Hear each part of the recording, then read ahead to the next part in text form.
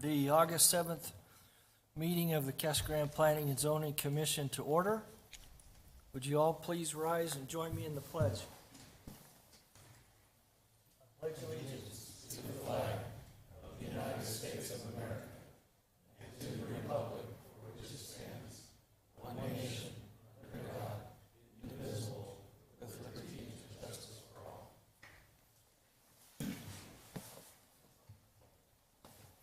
Still this end here. Okay. Erica, would you let the record show where all the commissioners are present? And Commissioner, first, any changes to the agenda? No, Mr. Chairman, there has been no changes to the agenda. Thank you. And now, Commissioners, we have a set of minutes. I make a motion, Mr. Chairman. Thank you. I'd like to consider the approval of the minutes for the July 3rd, 2025 meeting. Second. All right, motion to approve and second. Any discussion? All in favor say aye. Aye. Good.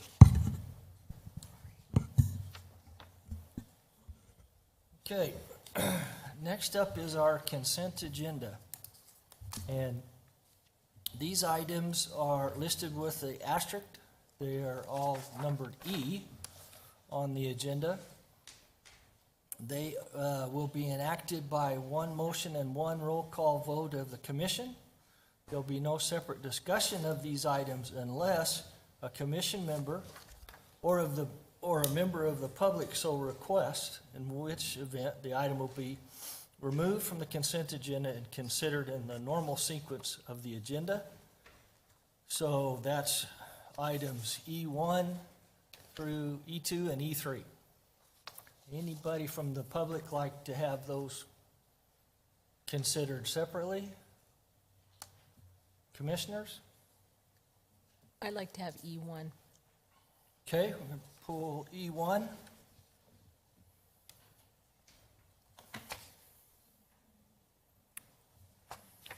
Sorry. Yeah. Very good.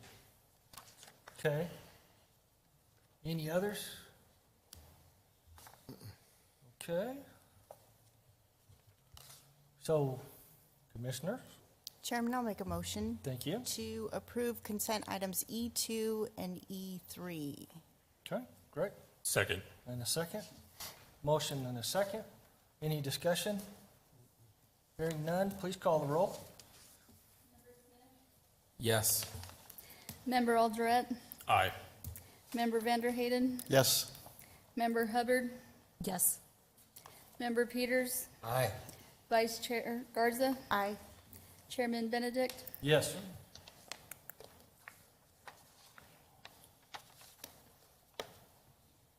Okay. Next on our agenda is a moment for public comments. If anybody from the audience would like to address the commission on things that aren't on the agenda, just other things in general, the ones that are on the agenda, all of the G items, you will have an opportunity to address the commission. Anyone like to address the commission?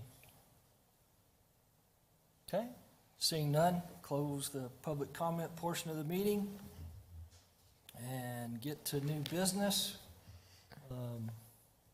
I think we're good to take E1 first, the one that we pulled. Very good. Jacqueline, are you ready? Do you have a specific question, or do you want to go through? I the just presentation? had some questions about it. I didn't know if this, where it's located, is it going to, is the builder building for affordable rent to own or rent? They're going to be market-based part. It's not a LISIC project. They're what now? It's not a low-income Housing tax. Yeah, tax credit. they're It's market not. rate. Because it's in a low it's in a low to moderate income housing area, and I was just wondering if we were, trying to help out with that situation. Okay. That was my question. Okay. I had more questions with it, but never mind. Okay, that's it. Okay. Do you want me to go through the presentation, or just go to the? I was just wanting to know. Okay. Because it's a low, a low housing area, and I was just trying to figure out if that's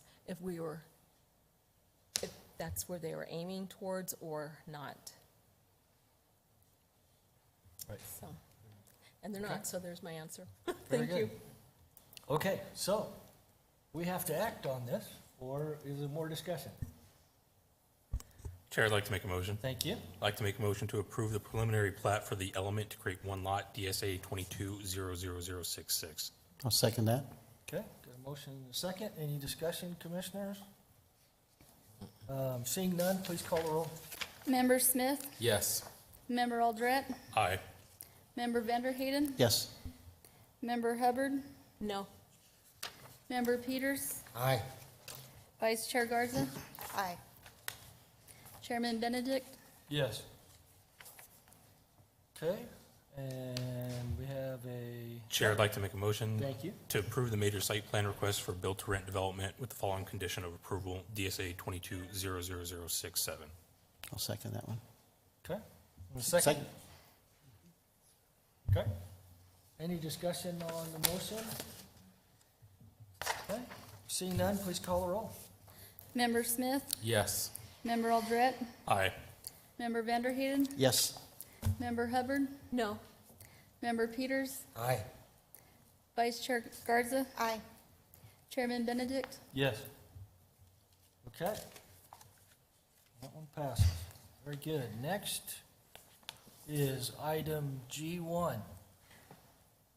We'll consider this request for I-1 zoning property, a conditional use permit, and a minor amendment to an approved major site plan. Holding a public hearing during our consideration. And James? Good evening, Chairman, members of the Planning Commission. So this request in front of you is for a conditional use permit to accommodate a wireless telecommunication facility at the city's North Operations Center in the Airport Industrial Park. The proposed cell tower would be a height of 65 feet. The location of the proposed cell tower is provided on this aerial image here. It is being brought to you by AnthemNet. They are proposing a 2,500 square foot lease area. The North Operations Center is just under 20 acres in size. And as you see on the screen, the proposed lease area would be towards the southern portion of the site.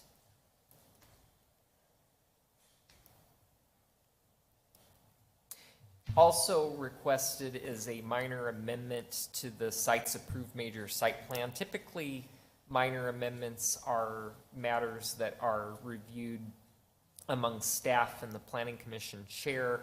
However, since they were submitted at the same time, I am just forwarding both for Planning Commission's consideration. When reviewing conditional use permits, and specifically for wireless telecommunication facilities, this is the criteria that have to be addressed, and the staff report goes into each of these in greater detail.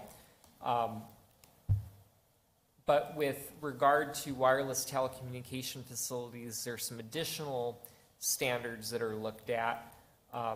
Specifically within this area, the Airport Industrial Park, the property is zoned I-1, and so it would not need a conditional use permit if the facility was not greater than 35 feet in height. Certain zone districts, that maximum height is less. However, in the I-1, it could be as tall as 35, but anything over that height would be subject to a conditional use permit. So at 65 feet, one is required. But they are obligated to meet certain setback requirements. Basically, it's a 1 foot of height to 1 foot of setback ratio. And then there's other requirements that we look at, such as the facility would have to comply with FCC and FAA regulations. Staff feels that this site is in a good location for the proposed request because it is within an area that is industrial in nature. As such, we're not requiring that this facility be camouflaged or of stealth design. And it does meet the setbacks that are required from the north property boundary. It's 331 feet away, and then in terms of the airport, it's 1,330 feet. And then it meets all of the other required setbacks. And I'm not sure if the Planning Commission's aware, but the Airport Industrial Park is also subject to a review committee for requests. And this did go in front of that review committee. And it's made up of other property owners within the air park. And they were okay with this request so long as it does meet with FAA approval, which they would have to obtain. And then they would also need to enter into a lease agreement with the city. And they have been in discussion with the city about that. Although it is very close to the airport, the result of the review committee discussing this revealed that where this facility is proposed is not affecting a flight path. I'm not sure how that works, but apparently it's not in harm's way, so to speak. But it may have to have some type of light on it or whatnot if that's recommended by FAA. The notification efforts included the typical procedures. There was a sign posted on the site and mailing went out to owners of property within 300 feet. And we did not receive any comments as a result of the public notification efforts. Staff does recommend that Planning Commission approve this conditional use permit and its associated resolution with the following specific 11 conditions. A lot of these are associated with what's typically required for wireless telecommunication facilities. The only thing that may be additional to what would typically be provided is that we are stating that it is subject to a lease agreement between the city of Casa Grande and the applicant, which if you were to approve it this evening, that would be the applicant's next step. And I'd be happy to answer any questions. I have a question, Jim. I'm not familiar with AnthemNet.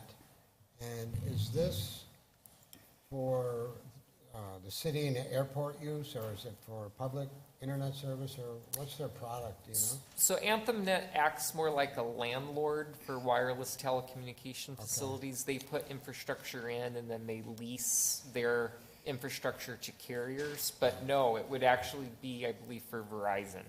It would be for a benefit of consumer users in that area. Okay. Other questions for staff?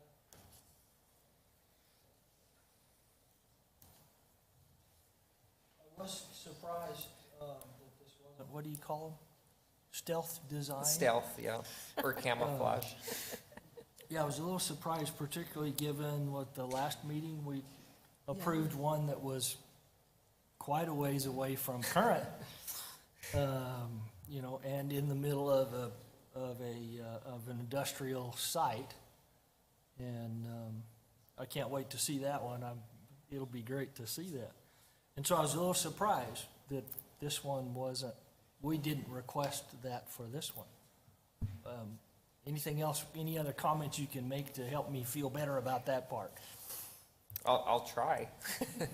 So I do want to point out that that it is at your leisure as Planning Commission to suggest stealth or camouflage elements if you think that would be appropriate. But the Airport Industrial Park Review Committee meets to talk about proposals within the Airport Industrial Park, and often it has to do with the design of the proposal.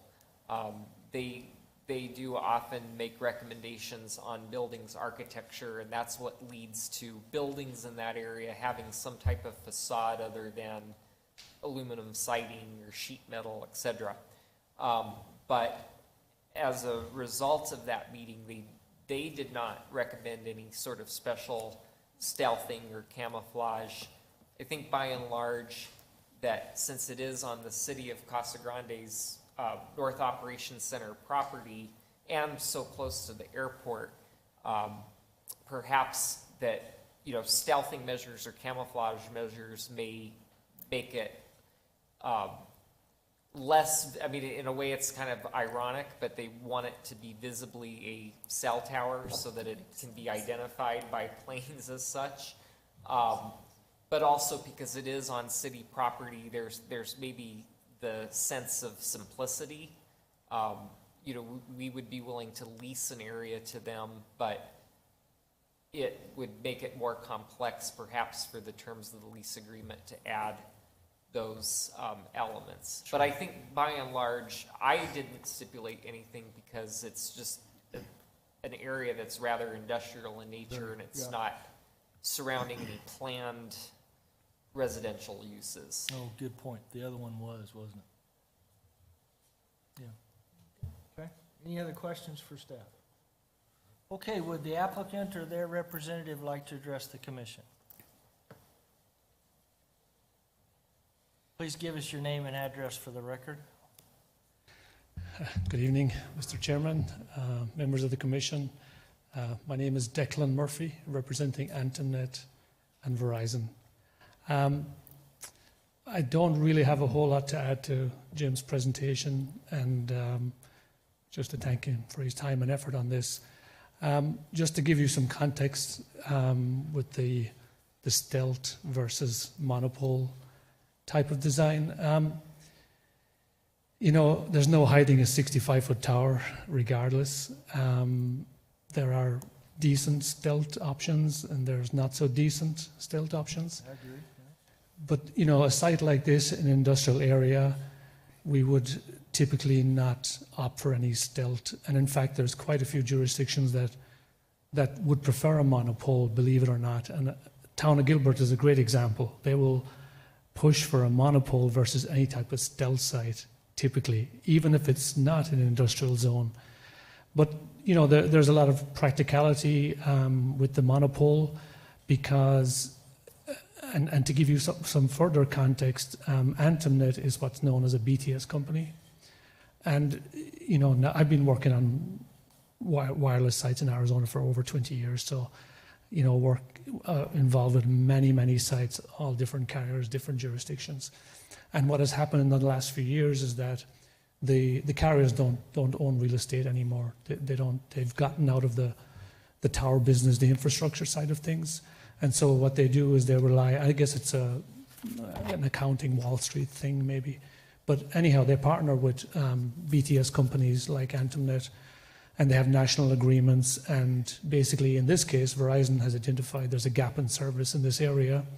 And so, you know, Verizon will provide all the technical information, and they'll say, you know, we need to address this gap, go out and you know, find us a location. Now, typically, if you can co-locate on an existing structure, that's what you do because that's the least expensive, fastest way, speed to market, etc. But in this area, there isn't really a colo option. So, you know, and I also like the fact that we partner with a jurisdiction because I see that now in the last number of years where, you know, most jurisdictions have a healthy size real estate portfolio.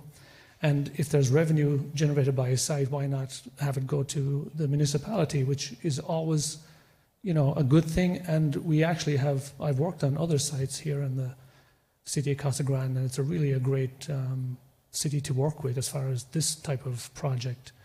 And, you know, it's basically, this is for Verizon, but it will accommodate other carriers, AT&T, T-Mobile, which I expect at some point would go on here. So, you know, the appetite for wireless is only going one way. It has never slowed down ever in the 20-odd years.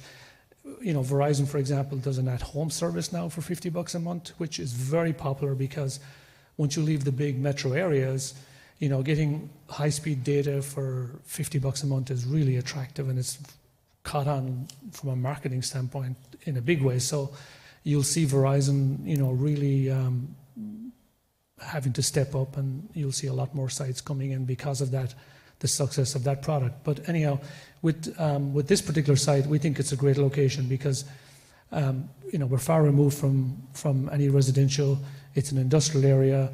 We have a high standard when it comes to FAA, so we have to do our own due diligence, which we did up front. And so because we're not on the approach to this, and I heard Jim mention lighting, there won't be any lighting required on this. Anything under 200 feet, typically you don't have to light unless it's a very unique scenario. So I'm not giving you quite a bit of information there, but anyhow, with that, if you have any other questions, I would be happy to. Very good. To answer. Commissioners, questions for? No? All right, thank you. Thank you for your time. So now I'd like to open the public portion of the meeting for this agenda item. Would anybody from the public like to address this item? Please come forward. Okay. Seeing no one, I'll close the public portion of the meeting. Bring it back to the commission. Chair, I'd like to make a motion. Great. I'd like to make a motion to approve the conditional use permit DSA 25-00063 and its associated resolution with the following conditions. All right. Second. Okay, got a motion and a second. Any discussion? Okay, seeing none, please call the roll. Member Smith, Yes. Member Aldred, Aye. Member Vanderhayden, Yes. Member Hubbard, Yes. Member Peters, Aye. Vice Chair Garza, Aye. Chairman Benedict. Yes.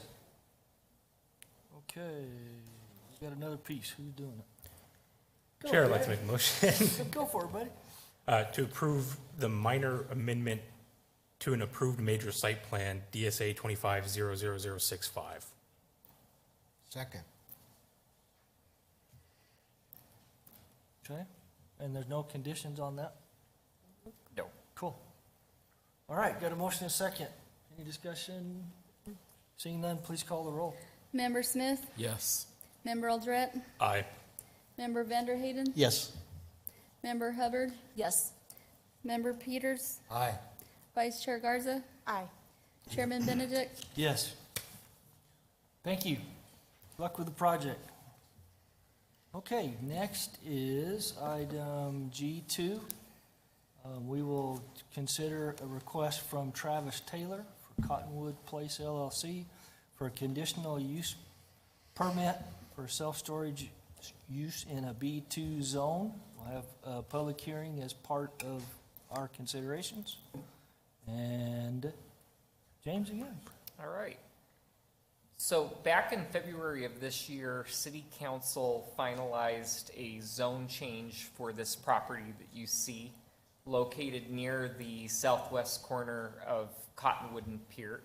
The zone change revised the property zoning from commercial office to B2 general business. There were certain conditions of record placed on that B2 zoning. So now the applicant has gone forward with the next step of developing this property, which is nearly 5 acres in size. The request in front of you this evening is the conditional use permit to accommodate self-storage.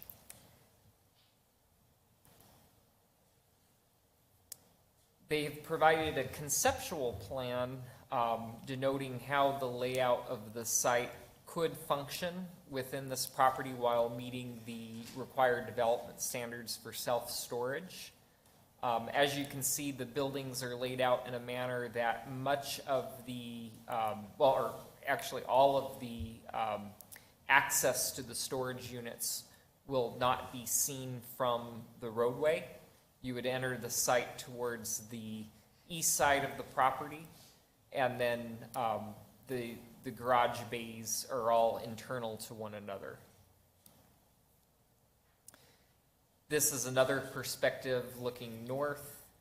I will point out that there is a single-family neighborhood to the south, which is known as Ironwood Commons.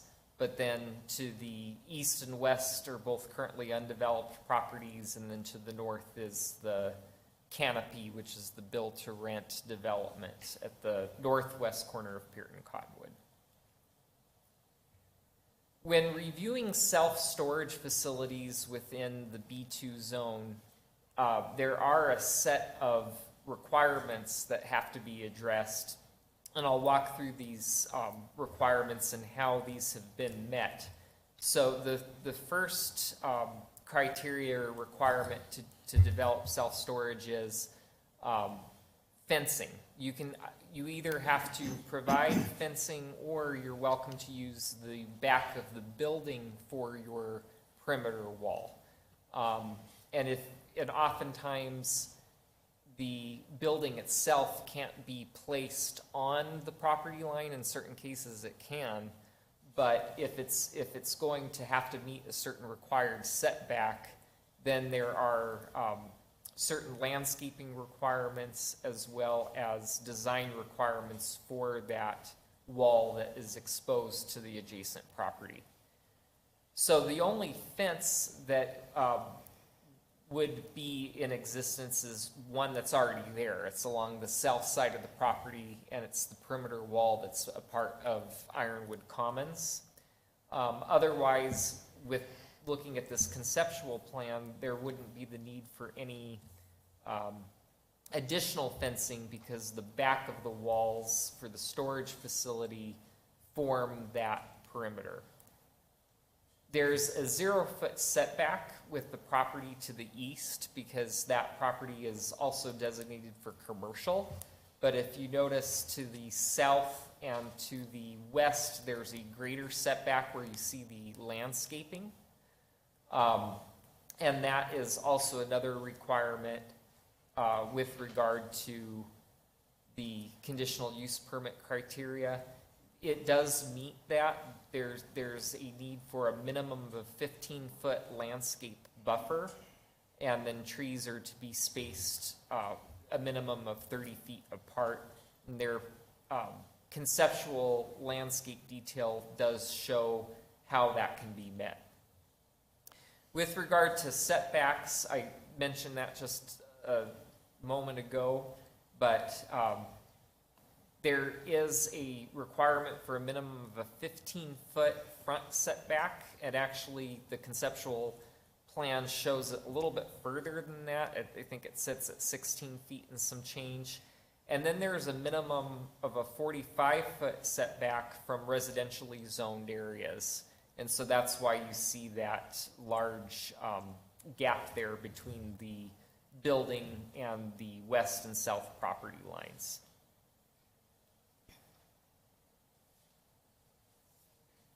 This is a snapshot of their conceptual building elevations. As you can tell, they are using a mixture of materials. It's primarily stucco, and then along the exterior, they have a change of materials. They almost emulate openings or doors, but it's just a solid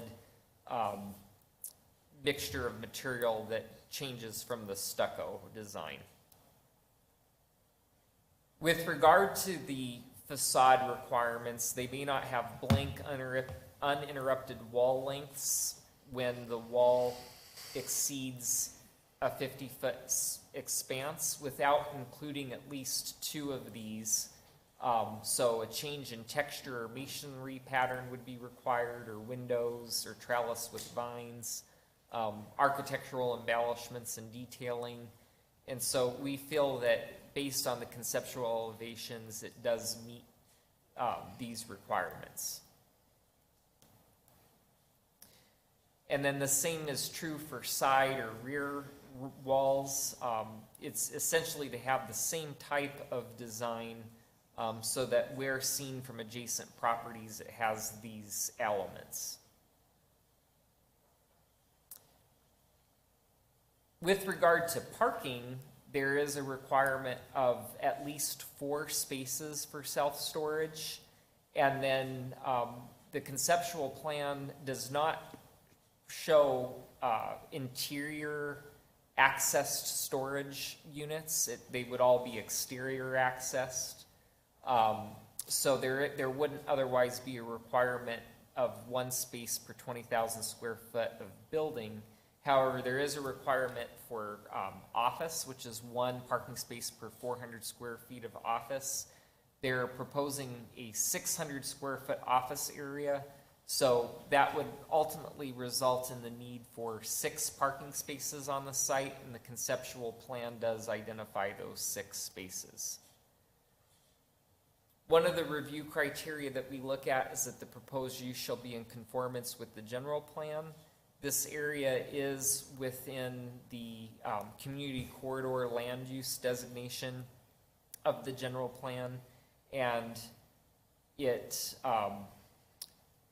self-storage is a good fit for the area, considering that you have a growing multifamily community to the north of here. They'll probably have some potential storage needs, and it can also be a service for the single-family neighborhood to the south.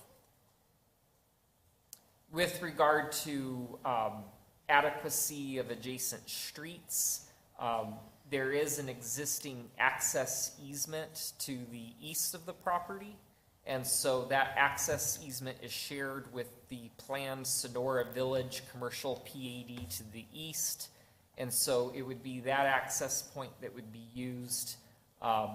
We do not have a major site plan. That would be the next step of the submittal process. However, we would evaluate traffic matters in more detail at that time, but it would be likely that that access point would be a right-in, right-out, namely because there's a raised median in Cottonwood. Regarding the public notification procedures, we met that which is required by code. There were no comments or inquiries received with this request. Staff does recommend that Planning Commission approve this conditional use permit and its associated resolution, subject to the following special condition, which is that a site plan that's in conformance with 1724-170B shall be required for this development. And I'd be happy to answer any questions. Okay, very good. Commissioners, any questions for staff? I have one. Yes, sir. In regards to lighting on the building, especially on the residential side, is there any sort of restriction on that? There is a light control ordinance that with the submittal of their site plan, we would require a photometric plan. Okay. What we would look at that time is that there's not a glare or bleed of light from the commercial site onto the residential property. Their conceptual site plan shows that there is nothing but landscaping between the back of the site and the building. So the only reason in my mind why there'd be lighting is for security purposes, but it would have to be designed in a way where any wall-mounted lighting would be shielded. And then if there happens to be a light pole, it would have to have a full cutoff fixture to it. Okay, thank you. Good. Any other questions for staff? Would the applicant or their representative like to address the commission? Please give us your name and address for the record. Travis Taylor, 1950 North, 2200 West, Suite 9 in Salt Lake City, Utah. Happy to be back here, and as usual, Jim does a very comprehensive job of everything. This was really an interesting process. I don't know, in reviewing the ordinance, some of the things like the 45-foot setback, it was just interesting, the choices that we had. One was to build a wall on the property line, and then we could do open storage, like boats or RVs or something like that, 15 feet away from the wall, but if we build a building, it has to be 45 feet away. So it's just, everybody has their own code, it's just interesting working your way through it. So we're excited to be there. We ask for your support in this and look forward to moving ahead. So thank you. All right, thank you. Any questions, commissioners, for the applicant? All right, thank you. Thank you. Now I'll open the public portion of this meeting for this item. Anybody from the public like to address this issue, please come forward. Okay. Seeing none, I'll close the public portion and bring it back to the commission. Chair, I'd like to make a motion. Oh, Garrett's gonna take the Garrett. day. I'd like to make a motion to approve DSA 25-00082 and its associated resolution subject to the following special condition. Okay, I'll second that. all right. Okay, we got a motion and a second. Any discussion? Okay, seeing none, please call the roll. Member Smith, Yes. Member Aldred, Aye. Member Vanderhayden, Yes. Member Hubbard, Yes. Member Peters, Aye. Vice Chair Garza, Aye. Chairman Benedict. Yes.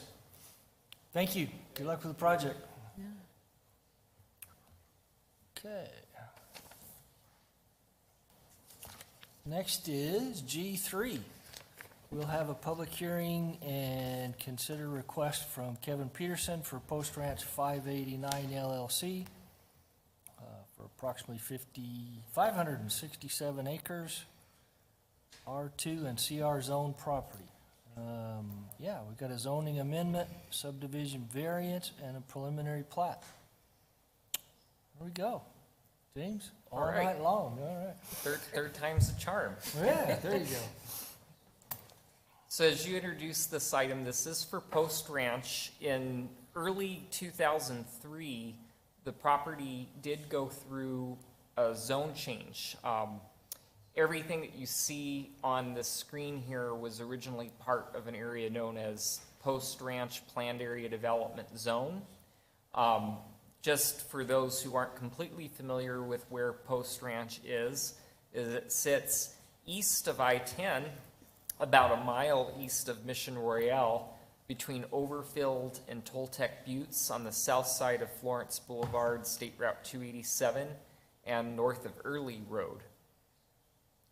Now, what the zone change did back in early 2003 is 567.71 acres was revised to R2 with conditions of record. That's been highlighted in yellow here. And then there was a 22-acre area that was zoned to R3. When it was part of the PAD, that was a multifamily area, but it changed to a standard R3 zone, as did the single-family area changed to an R2 zone with conditions of record stipulating that it has to be developed for single-family development. Then there were some remnants to the Post Ranch PAD totaling about 57 acres that's actually under different ownership.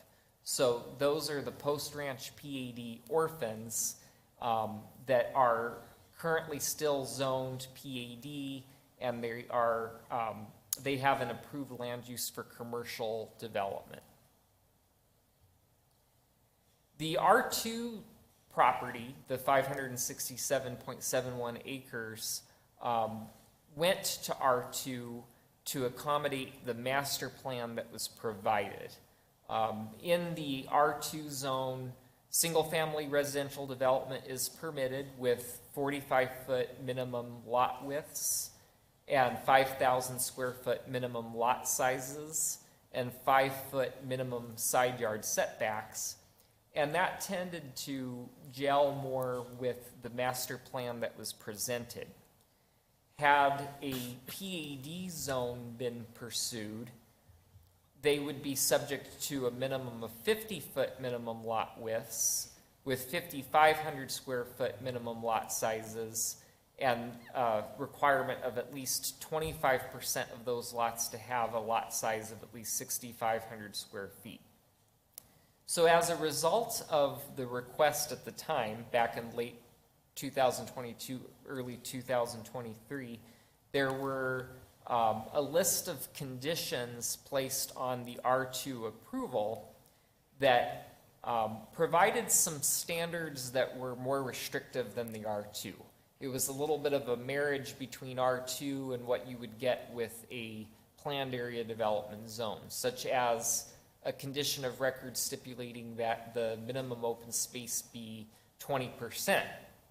It also obligates this development to submitting housing product for design review of the homes, which ordinarily wouldn't be a requirement in the R2, but it is a requirement for planned area development zone districts.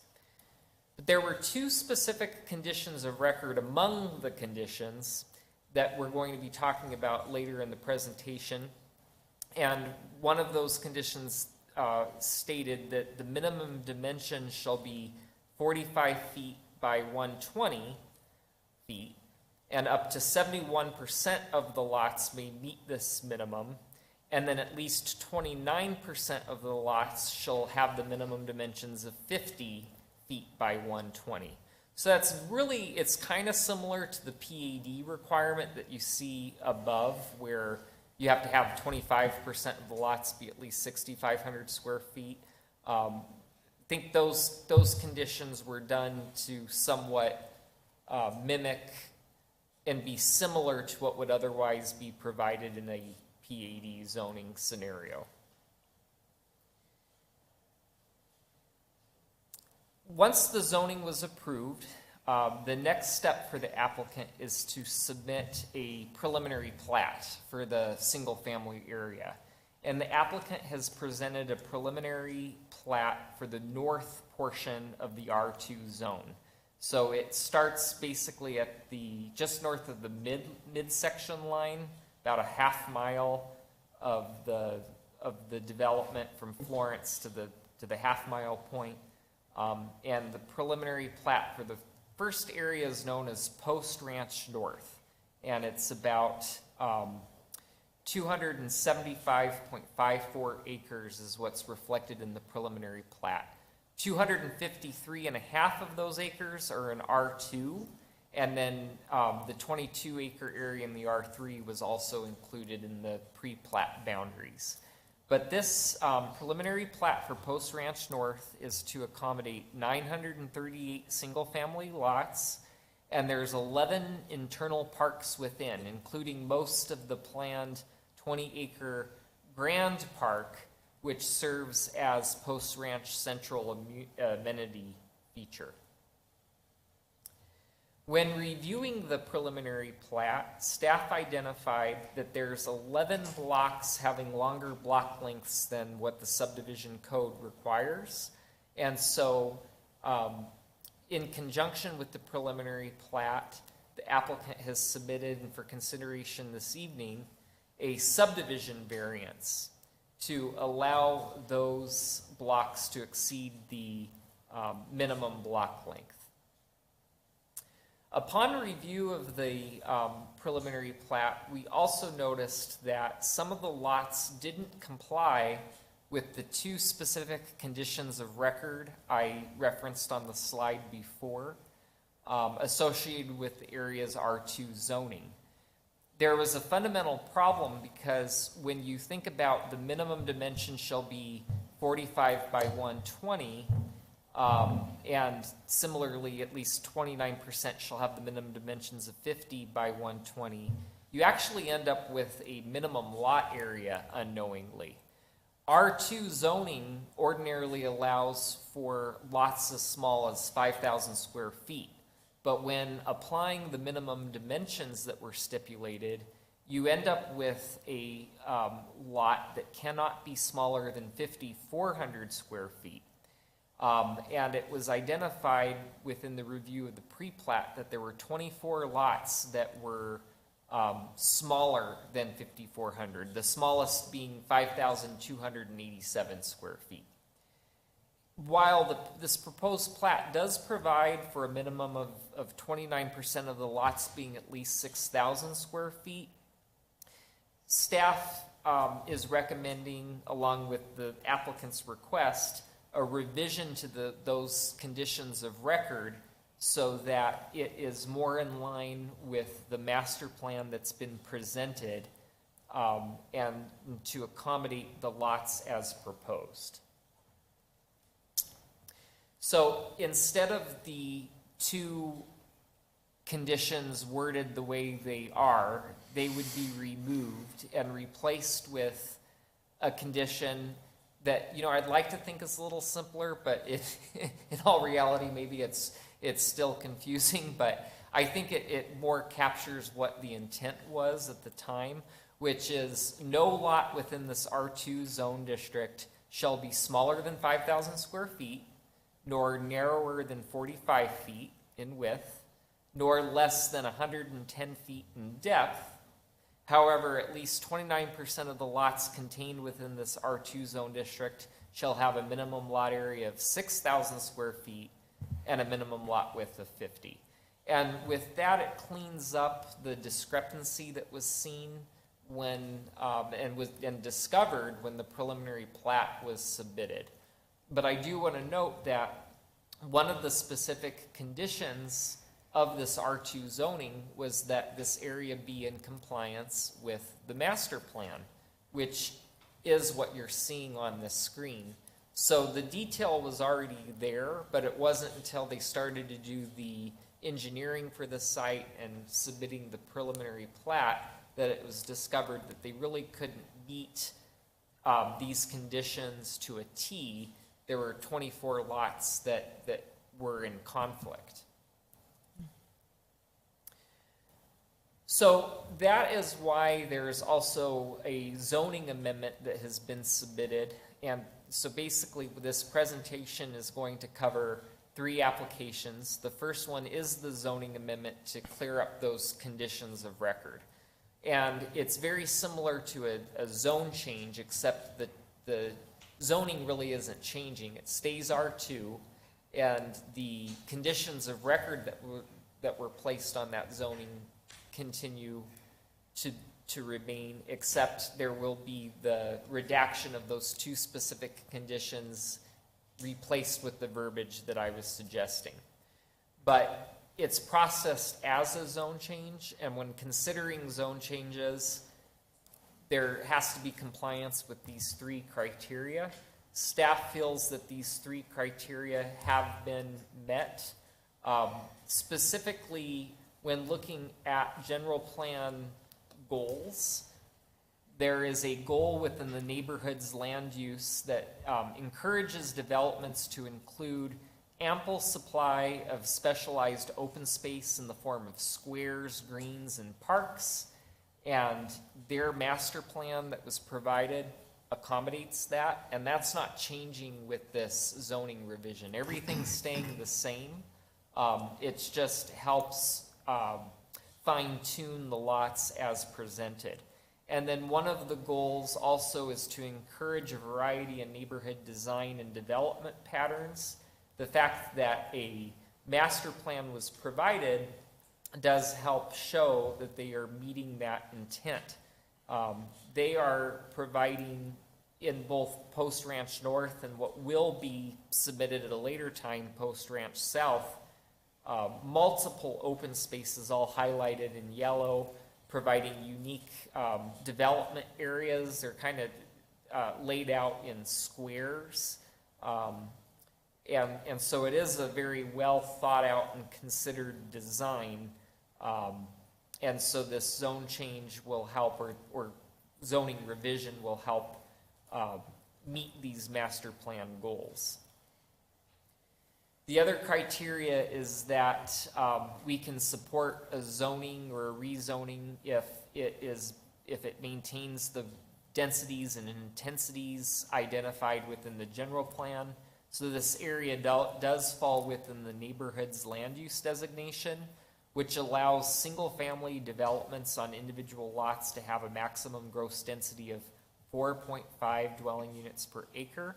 But the zoning that exists and will remain, the conditions of record stipulate the density to be 3.76 dwelling units per acre. So even though we are recommending that the lot sizes go smaller, there wouldn't be a way to increase density with this zoning revision because it's still capped at the 3.76 dwelling units per acre. And then there is an R3 component of the pre-plat, but the R3 isn't subject to this zoning revision. So in terms of multifamily, with regard to what we're reviewing here for modifying that R2 zone isn't applicable. And then the third criteria is that the zone change is necessary and proper at this time to meet the land use needs of the city. This development offers 938 single-family home sites in a master plan setting. And as I mentioned, this zone change is only to amend the minimum dimensions, and it doesn't propose a new use, and it doesn't propose an increase in density than which was already approved by City Council in January of 2023. The next application that we will be discussing in terms of whether it meets the associated criteria is the preliminary plat itself. These are the items that staff looks at to ensure that the preliminary plat is providing an adequate accommodation for these things. I already talked about the general plan conformance and the zoning, but a little bit more on the zoning is that they are, when in reviewing the preliminary plat, they are meeting the conditioned 20% minimum open space. They are accommodating for the 3.76 dwelling units per acre density. And should this pre-plat be approved, and zoning and subdivision variance, their next step would be to submit for a final plat and then submit for housing product, which would have to meet the requirements for the same housing product that's in place for planned area developments, which helps ensure a variety of exterior designs and floor plans. With regard to drainage pattern and accommodation of developed flows, with the pre-plat, they did provide a preliminary drainage and grading report and plan, and that was met with the approval of the development center engineer. But I do want to specifically talk about utilities. So in order for this subdivision to function, they will have to construct a wastewater treatment facility. The area of Post Ranch to the south of this area to be platted does identify a 6.75 acre area to be developed for a wastewater treatment facility. And so there is a condition that staff is recommending be associated with this pre-plat, which is that a plat for the wastewater treatment facility would have to be submitted along with other appropriate submittals, such as a conditional use permit, as is a requirement for wastewater facilities in the R2, and a site plan for the facility at the time or before the submittal of an approval of Post Ranch North's final plat. With regard to access to public roads,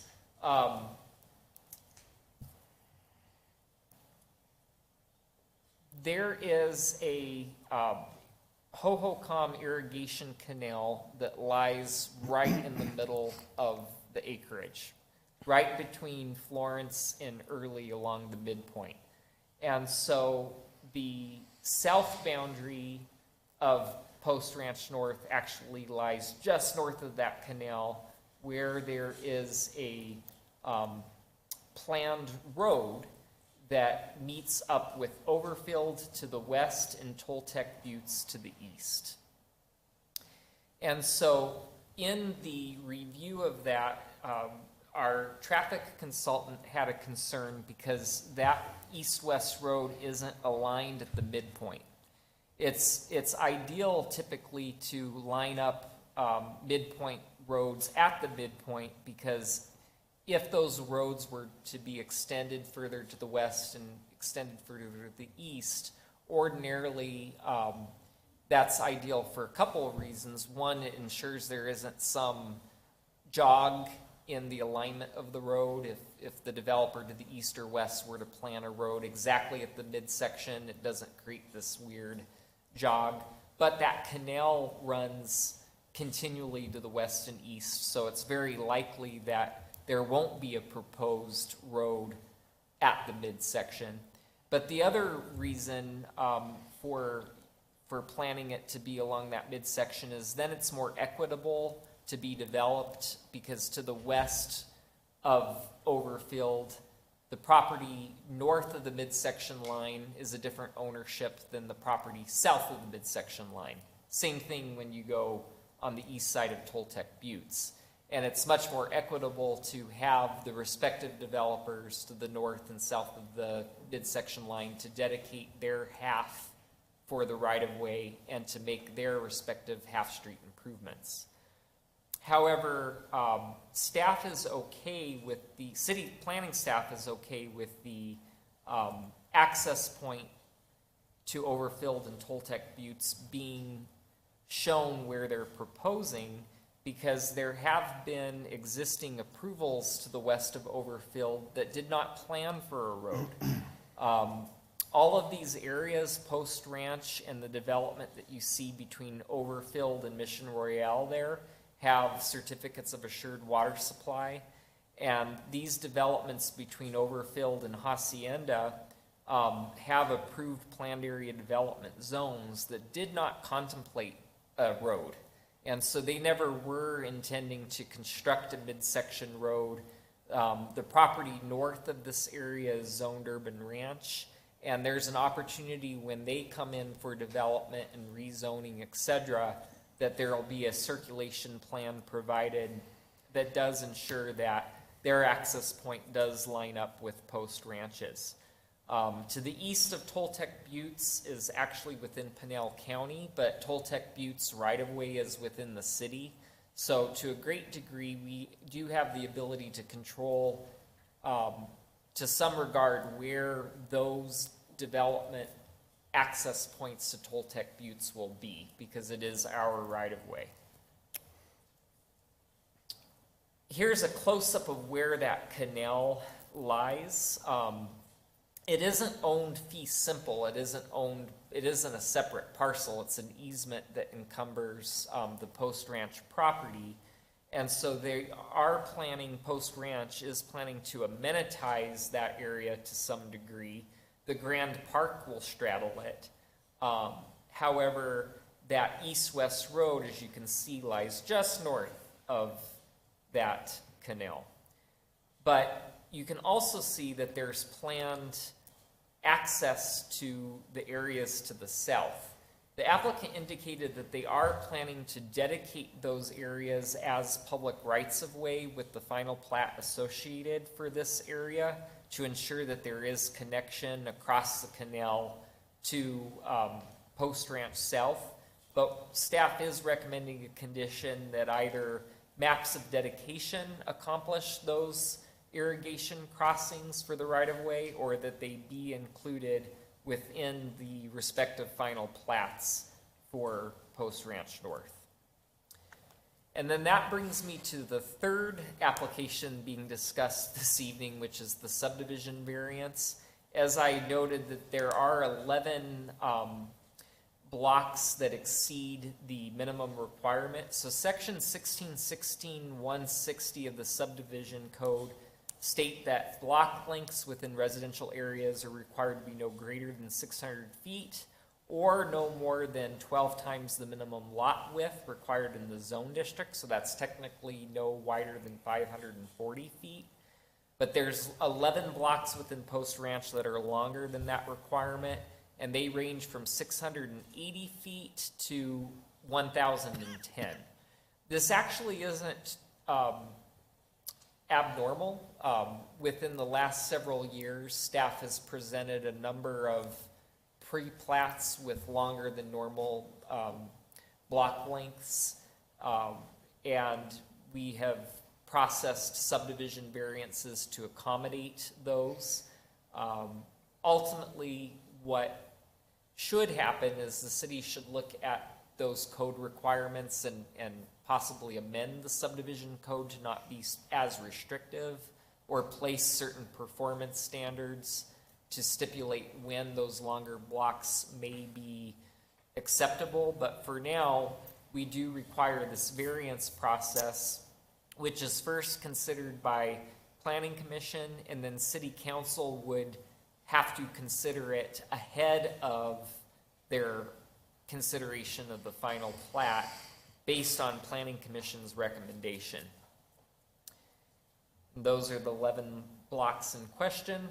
So the subdivision variance review criteria contains these 6 criteria, which I won't dive into, but essentially it talks about demonstrating that even though the lots are, or the blocks are longer than normal, how can it otherwise allay concerns that are the result of long blocks, which is why there's probably this rule to begin with. What the concerns usually are is that the longer the block, the faster the speed. You have kind of the straightaway effect where cars start to speed up when you go too long without some kind of stop sign or intersecting street.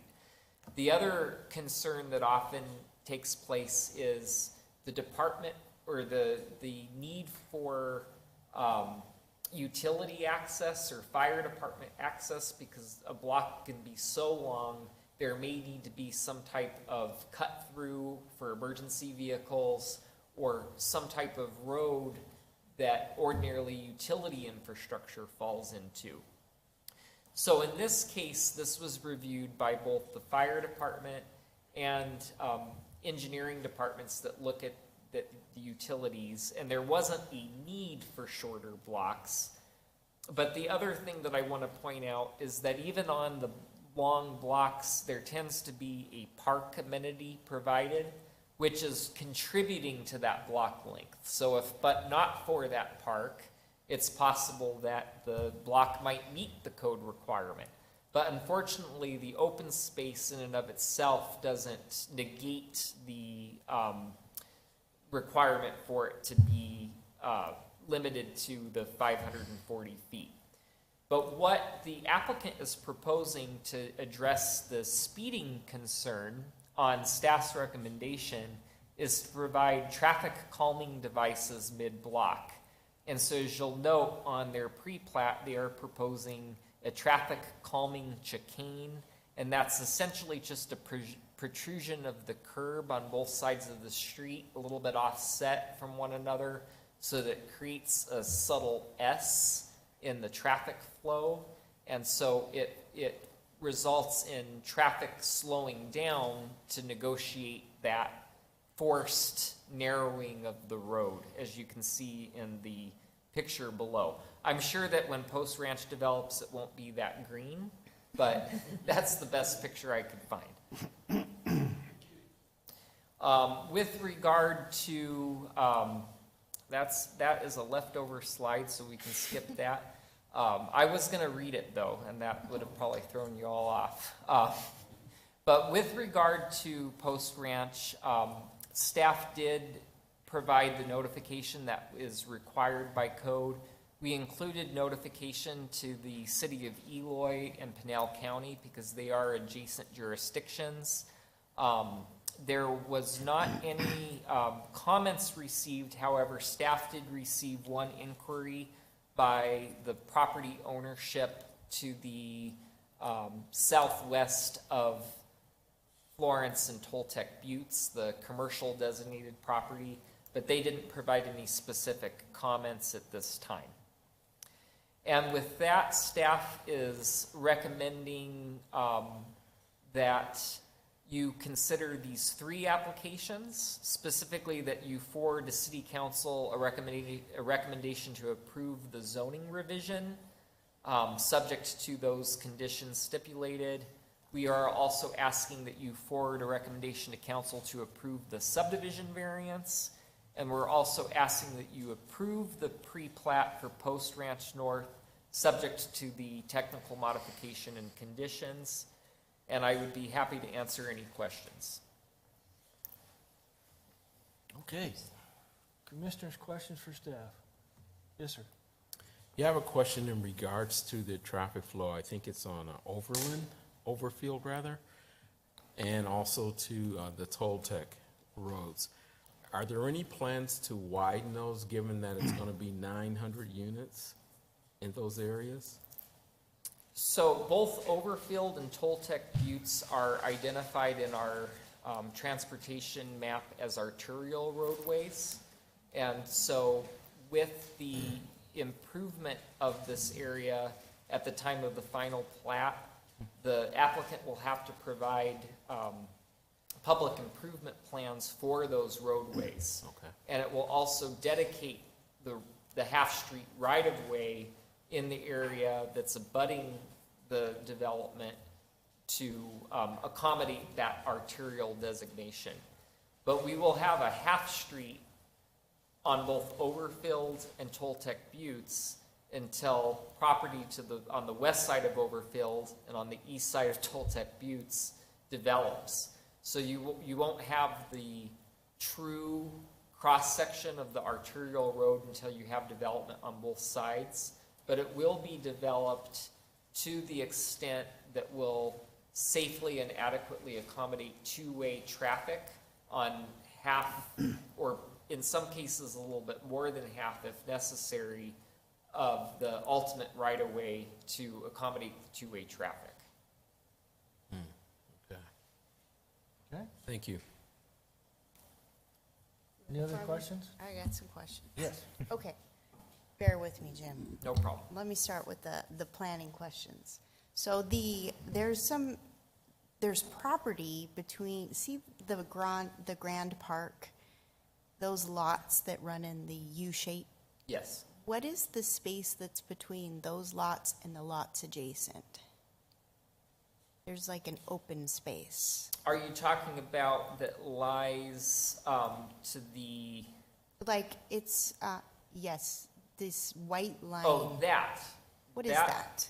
That is, It looks like an alleyway. yeah, it is an alley corridor. Okay, that so they're there are only alleys around those lots and not the rest of the subdivision? Correct. It's intended to be a little bit more of a unique product. And although they haven't provided the product, it would lend itself potentially to rear access garages. Okay, so it'd be like a one-way driveway around the backside? Right. Okay. Strange. My second question is the crossings across the canal, the blue areas. Please tell me who pays for those. Who's responsible to pay those? Because the property owner on the south won't own the property anymore, right? Those will be dedications to the city, but are they responsible to pay for those? So all of the roads that you see on this pre-plat would be required to be improved and constructed by the developer. But if they're going to be dedicated as public right-of-way, they would then be maintained by the city after the recording of the final plat, which establishes those as rights-of-way. No, what I'm asking is, so this Post Ranch North is going to build all of these crossings across the canal to nowhere for a while? What is likely to happen is they would at least have to dedicate it as public right-of-way. I don't believe that they would build the crossing to nowhere, but they do own both the north side and south side of the development. So when we do see the next phases for Post Ranch South, they would then finish that connection with, they would tie into right-of-way dedication that lines up with the right-of-way dedication established, and they would probably make those improvements seamlessly at that time. Okay, because if the property ownership changes, right, changes hands, maybe they're not the same owner in the future, is why I'm asking the question of, maybe that should be identified somewhere, saying that the property owner to the south is responsible for improving those connections, because I hate for that to be left to the city. Right. That has happened where ownership ends up changing, but at least we would have it dedicated as public right-of-way, so there's a known connection. Right. But we would we would ensure that the improvement be put in by The the south. developer, but in terms of, well, which one, the north half or the south half, we would work out at that respective time. It is hard to do improvement to the midpoint of a canal, but I But it totally would- get it. Yeah. I was just wondering if there's a way to denote that responsibility in the plating process, so that it's easy for the next person that comes along and buys Post Ranch South, that this is their responsibility. That's where I'm Yeah. coming from. Well, yeah, and I guess your statement, I mean, if North gets finished, that developer will be gone. He will not be sharing the cost of those bridges. And they're Of bridges. those crossings, yeah, either you're gonna have to cover the canal, right, which wouldn't be the worst thing in the world for the public, but it's costly, I get all that. So, yeah, it's a challenge. Yeah, it's a challenge that it would be easier to figure out before we begin, you know? I think he's What, gonna what I answer that. have been seeing, although this isn't guaranteed, but what's been happening lately is that the very first person to the scene takes the property all the way through platting and entitlements, and including the engineering for the platting, so all the improvement plans, utilities, and then right before the plat is to be recorded, they sell to a home builder. And then the home builder has an arm of their organization that does the physical improvements. So although that may not be how this happens, that is one scenario where all the engineering would be done and then it would be up to the respective home builder on the north and south side, if they happen to be different, to make that connection. But at least we would have the rights of way and the approved improvement plans for those rights of way. And, we would have to work out who does what at that time. It's like the developer wants to address this. Yeah, well, get we'll there. have him in just a Yeah. minute. I interrupted you, was there? I have one more question. Yeah. So there's a lot of back and forth in the staff report about the traffic engineer's review and the planner's review. And I wish that that situation would be resolved before it gets to the commission for a decision. Because ultimately, I would assume that this is the licensed engineer's responsibility to approve in the end. And this preliminary plat could change if those situations don't get resolved. So that bothers me. That there's like, here's Clark's recommendation as the city's consultant traffic engineer, and then there's what planning suggests that you should do, and they don't agree, right? Which I understand that they're not gonna tile the canal and put it on the midsection line. But it would be nice, because there's another situation where there's access on Overfield, or there was some other question about that he wanted changed, and those situations really need to be resolved, or a stipulation of this preliminary plat needs to be an approval of the traffic impact analysis. So, that's, Then there's the canal Okay. people too, George Cairo and company. yes. Oh, boy, they have to be involved in that agreement also. Boy. There's a lot to that. There is, yeah. So any other questions for, Now, just one comment, though. I'm glad you addressed the long streets, because that was gonna be one of my questions, because there's been previous developments that we've gone round and round and talking about these chicanes, which a lot of us never even heard that term before, but we learned what it is, you know. learn something, yeah? Yeah, and, but they seem to be an adequate answer for it, as long as the developer is in agreement with you about, because these long blocks, you're absolutely right, they become just like a racetrack, just going, especially with teenagers and whatever, Right. coming down there, so if that can be addressed by chicanes, perfect, just a comment. So to that point, do we have a requirement that there be chicanes in those roads? There is as part of, it's not specifically stipulated, but the reason is because on the pre-plat, they've identified them. Okay. And so development has to be in compliance with the pre-plat. So Gotcha. we would look for that then on the final plat, or more specifically, the improvement plans that are provided with the final plat to ensure they're still including traffic calming. Great, thank you. Anything else for staff? No. Would the owner or their representative please like to come forward and address the commission? Kevin, did you need the clicker? I don't think so. I'm Dave West. I'm with Atwell, formerly Terrascape. So I'm the civil engineer on the project. And that's why I stood up a minute ago, because I know some of these answers. Yep, we can't wait for you to hear. So Can't wait to hear.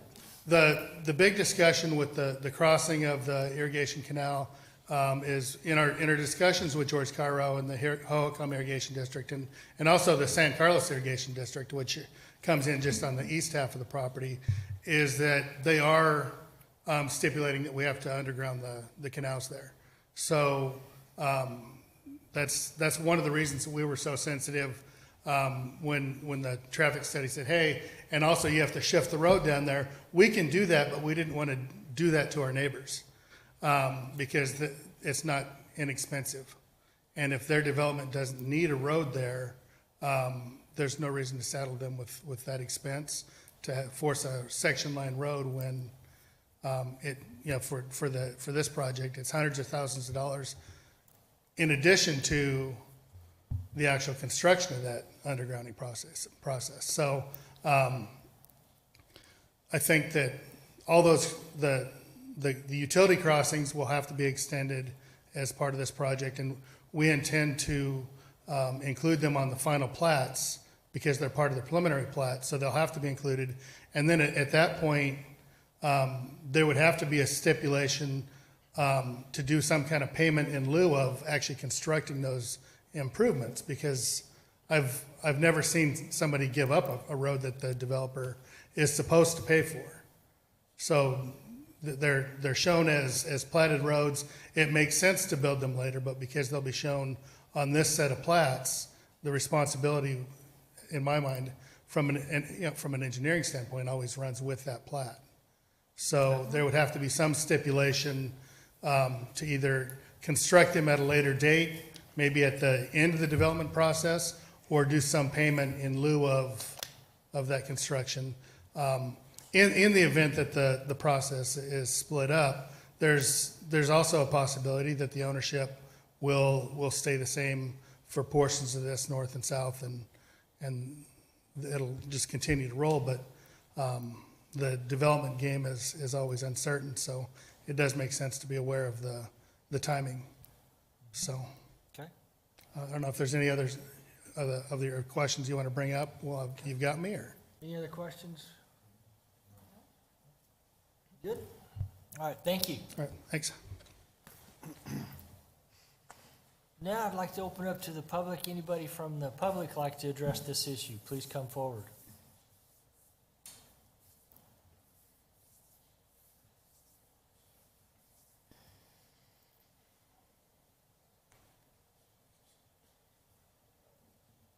It's been a while. Gloria Johnson Story, 1245 East Laurel Drive, Casa Grande, Arizona. I'm still trying to wrap my head around 1,200 more build-to-rent units, but I have a question. I guess, commissioners, I'm going to direct it probably to James, but on the wastewater treatment, who is responsible for building that? So it's a good question. It's going to be potentially a combined effort between the developer, Arizona Water Company, and the city of Casa Grande. The taxpayers. Possibly. Okay, so that's kind of up in the air right It now. hasn't been completely confirmed yet.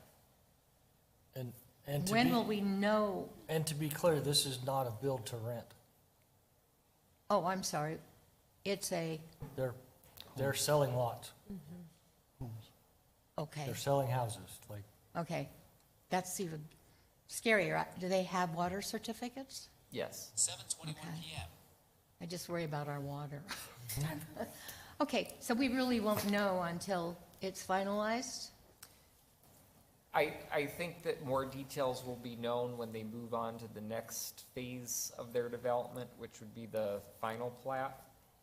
There's been a lot of meetings held between the city and Arizona Water Company and the applicant with regard to how that's gonna be financed. But, any development on the east side of I-10 is so far away from the city's one wastewater treatment facility that's at Well, isn't there basically something Thornton going and in on Cortson. Hacienda Road That's been looked at as an option. for but, wastewater? Right now, there was the possibility of it being accommodated for on North Hacienda near Cortson. But because of where the area that has certificates of assured water supply is what's on the screen. It's all south of Florence Boulevard. The idea is to place it in an area that's a little bit more central to where all of those certificates of assured water supply property are going to potentially discharge into, in a more practical location. Okay. Okay, I was just curious because that's a major expense. Thank you. thank you, good to see you. Just want to Barb. let you know I'm still around. Good to see you, Barb. Great. Anybody else like to address this issue? Thank you. Come on forward, give us your name and address for the record. Well, first off, thank you. I represent the ownership group. My name is Tanner Peterson, 3369 East Queen Creek Road out there in Gilbert. And it was Gloria, I believe, that just came up, and, you know, she obviously brings up some valid concerns. I know with the wastewater, you know, we've been discussions with Arizona Water and also with the city. It seems like the past little bit, there's been kind of a stalemate, from my understanding, on kind of where that's going.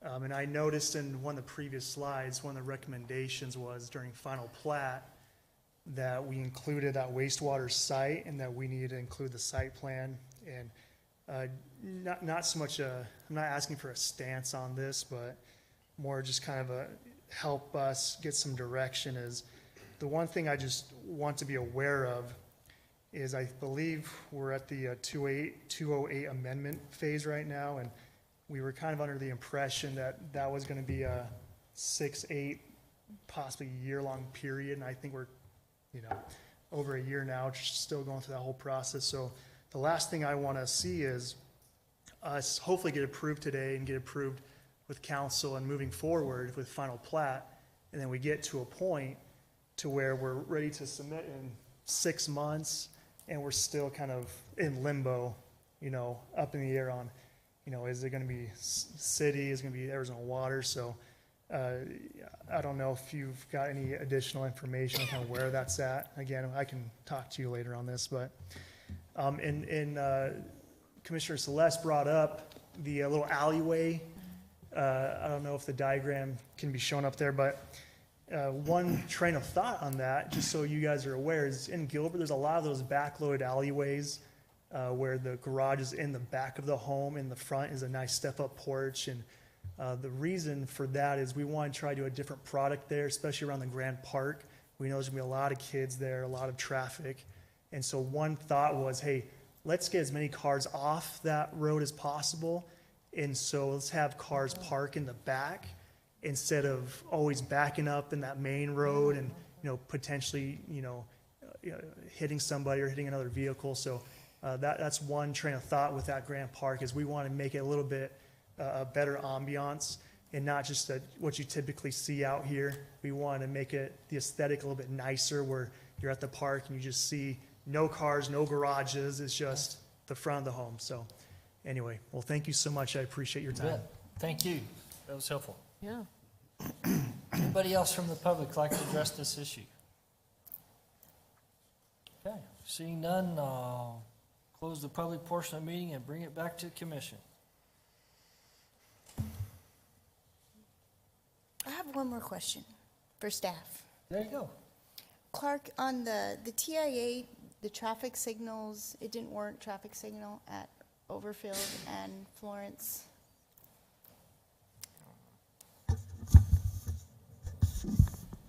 Jim, as I recall, that did not warrant the signals at this time. I would agree. I don't remember seeing that being a requirement. And it was Yeah. also reviewed by ADOT. Right. Oh, it was, And so okay. that's an ADOT facility. Right. Keep in mind that in addition to those, there's two, there's one coming out of the center of the parcel too. So there's 3 points of access, and the one in the center would be fully developed Okay. street.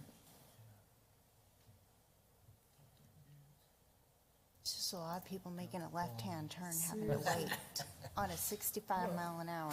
To there, Doesn't, to there. doesn't, Gotta go out over doesn't there. jive with me, but Yeah. Okay.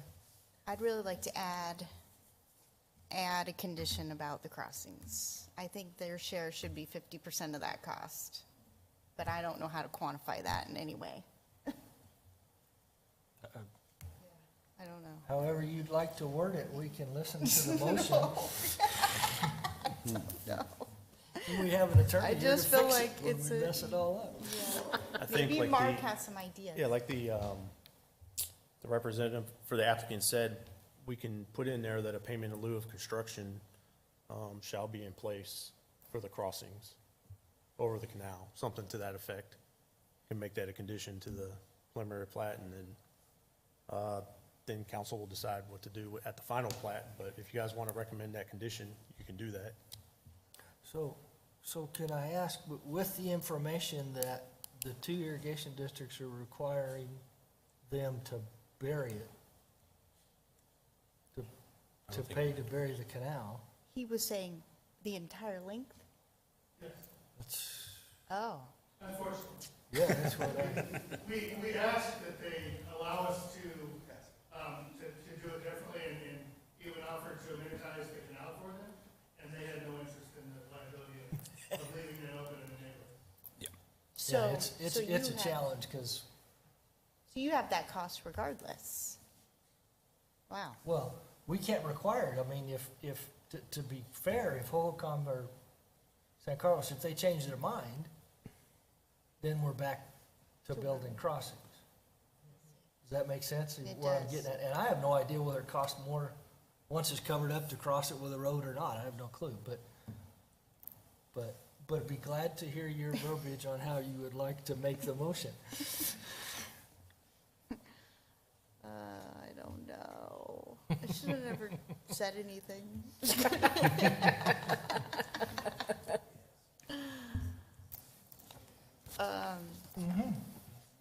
Jim, would you bring up the last slide?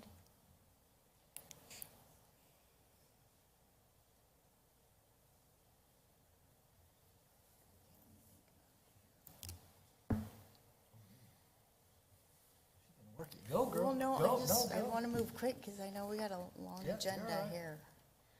All right. First one is the zoning, right? We're doing all these individually? Okay, let's do it. All right. Chairman, I'll make a motion to forward to City Council a recommendation to approve DSA 2500057, a zoning revision to the conditions of record 6B, 6C, and associated with ordinance number 1178-225-2 to read as shown. There you go. I second that. Very good. All right. Okay, we have a motion and a second. Any discussion? Nope. Seeing none, please call the roll. Member Smith, Yes. Member Aldret, Aye. Member Vanderhayden, Yes. Member Hubbard, Yes. Member Peters, Aye. Vice Chair Garza, Aye. Chairman Benedict, Yes. And next. And I'll make a motion to forward a favorable recommendation to approve DSA 25-00038, a subdivision variance allowing 11 block lots to exceed the block length as reflected in Post Ranch North's preliminary plat, subject to the following condition. Nope. No, nothing, no They're not conditions. suggesting any Just conditions. approved. Okay, no conditions. All right, we got a motion to approve without conditions. Second. Okay, any discussion? Just to be clear, this is a motion to forward a recommendation to council, Yes. not to Yes. approve, okay? Oh, I apologize. Okay, we good? Please call the roll. Member Smith, Yes. Member Aldret, Aye. Member Vanderhayden, Yes.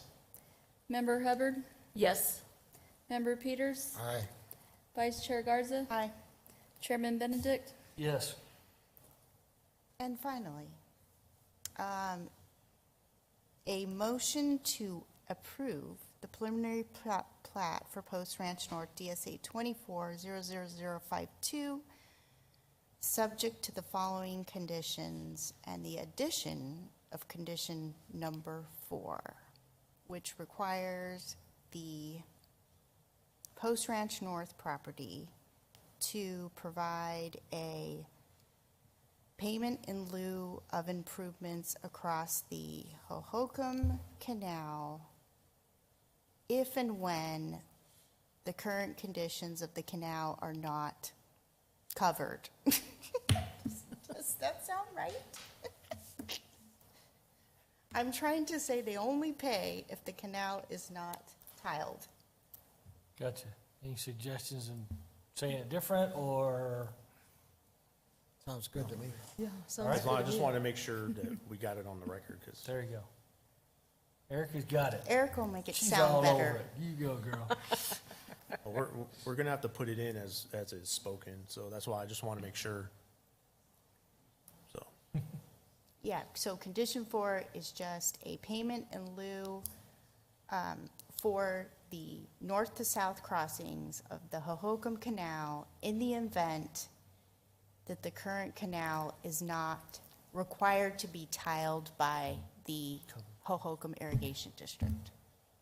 Good. Okay, do we have a second? Second. Very good. Okay, any discussion? No. Seeing none, please call the roll. Member Smith, Yes. Member Aldret, Aye. Member Vanderhayden, Yes. Member Hubbard, Yes. Member Peters, Aye. Vice Chair Garza, Aye. Chairman Benedict. Yes. Nice job, Celeste. Yeah, well done. Wow. Well done, James. Okay, was a before we take up this next one, commission gonna take a 5-minute break. Hour and a half in, Yay. take a minute. Thank you.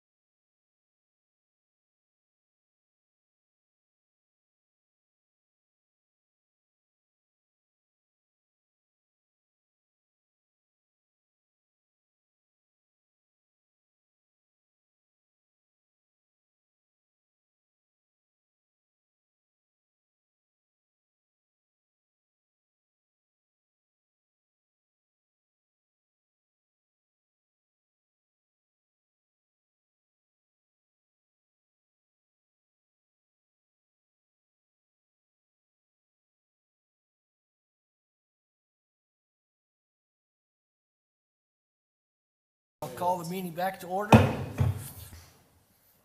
And we're on G4. Public hearing and consideration of a request, Justice Hutchins for a conditional use permit and associated resolution to allow for a group home at 1112 North Center Avenue, DSA 250087. Sam is up. All right, good evening, Chairman, Commissioners. So before you, I have two applications and two requests by the same Justin Hutchinson. They are for the same use, conditional use permits and associated resolutions. It is going to be DSA 250083 and DSA 250087. The reason I'm running these as the same presentation, although they did have separate resolutions, separate staff reports, separate reviews, presentation-wise, I'm going to run them together because the requests are essentially identical. Perfect. We're just looking at two different addresses, two different neighborhoods. Perfect.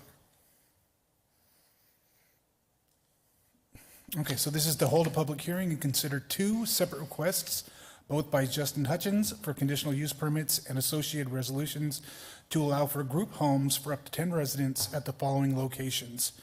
As I said, DSA 250083 will be the Opal home, and it is at 1668 East Melissa Avenue. The second one is going to be DSA 250087. This is the Diamond House, and it is at 1112 North Center Avenue. So our applicant is Empowerment Life Services. They are a licensed child welfare group home provider.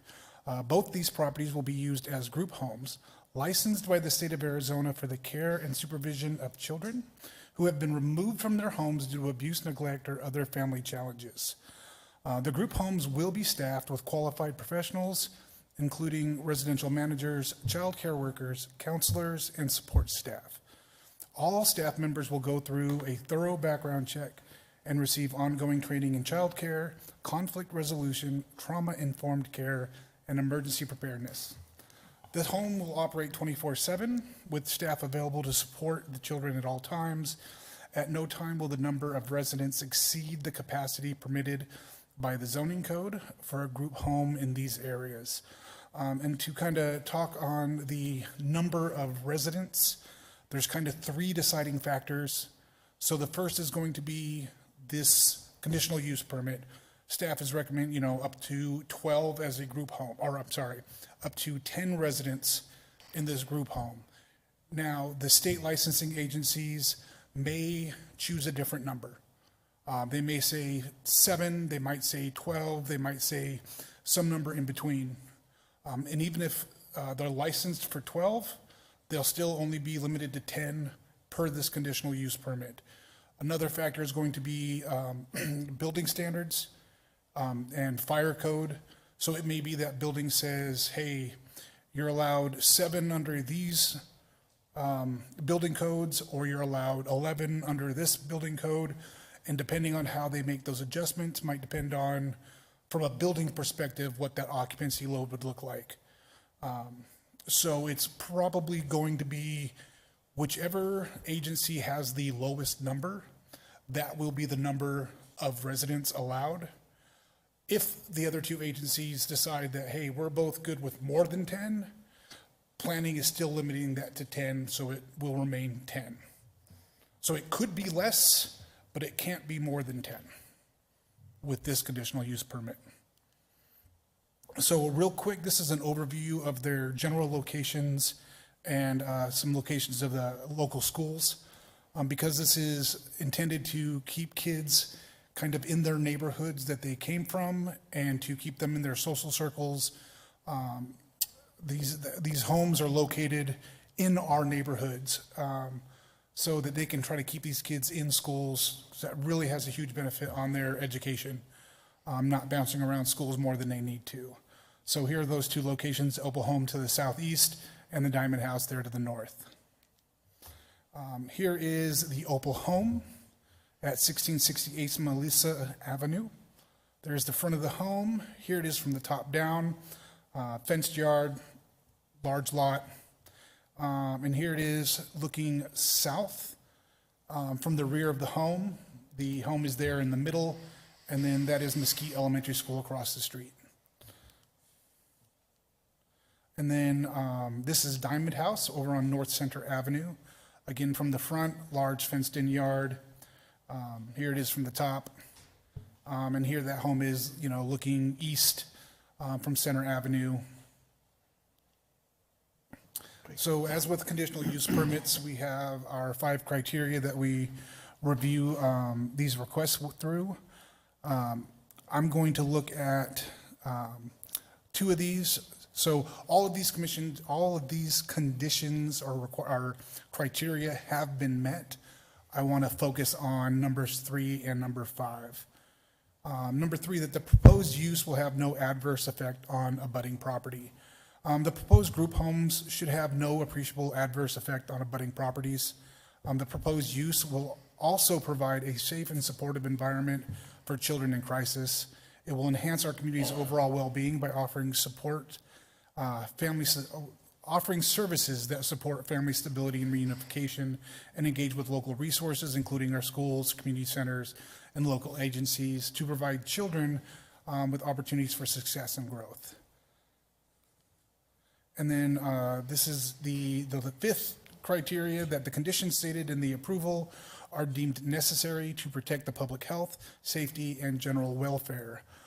So at this time, staff is recommending that a condition be added that will limit the group home to the care and supervision of children who have been removed from their homes due to abuse, neglect, or other family challenges, who are in the care of Arizona Department of Child Safety. This condition will limit the type of care provided by this group home to a well-defined set of parameters. These parameters were pulled directly from the initial narrative provided by the applicant. They said, hey, this is what we're doing, and staff said, great, that's the condition, you're allowed to do that. A new conditional use permit, however, will be required in the event that the type of care provided changes, or if the care recipients change, i.e. elderly care, drug rehab, any other type of use. So this is a very narrow, very strict condition, and I believe that the applicant's representatives are going to come here. We've talked with the community, I've talked with the applicant, they've come back with another solution to say, hey, can we get that lightened up? That's really doesn't leave us much room to, grow or change with the market or with the needs of the children in the community. And I'll let them present that, but I believe that there is room to change this condition and kind of broaden those. But as this is what was put in the initial agenda, what was put in the staff report and in the original resolution, I went ahead and left it the way that it was initially presented. With that public hearing notification effort for this request, we did do the publication in the Casa Grande Dispatch. We mailed out mailers to everybody within 300 feet of this property, and a sign was required and posted with this application. And this does apply to both locations and both DSA numbers. Staff has received feedback from a number of our community members. Most of them have been in reference to the Opal home on Melissa Avenue, but I think that the concerns are, while they were mostly for the one address and the one neighborhood, I think they're good concerns, and I think that it applies to both. So the primary concerns that were discussed are as follows, but in no specific order. Safety was the first thing that I heard from our community members. They're concerned about the type of residents that'll be living here. They have concerns about, of course, felons, sex offenders, drug recovery, and other types of violent offenders. I think that's understandable. The applicant has agreed. So even, I think they're going to come up here and propose a different condition, a different uses, allowed uses.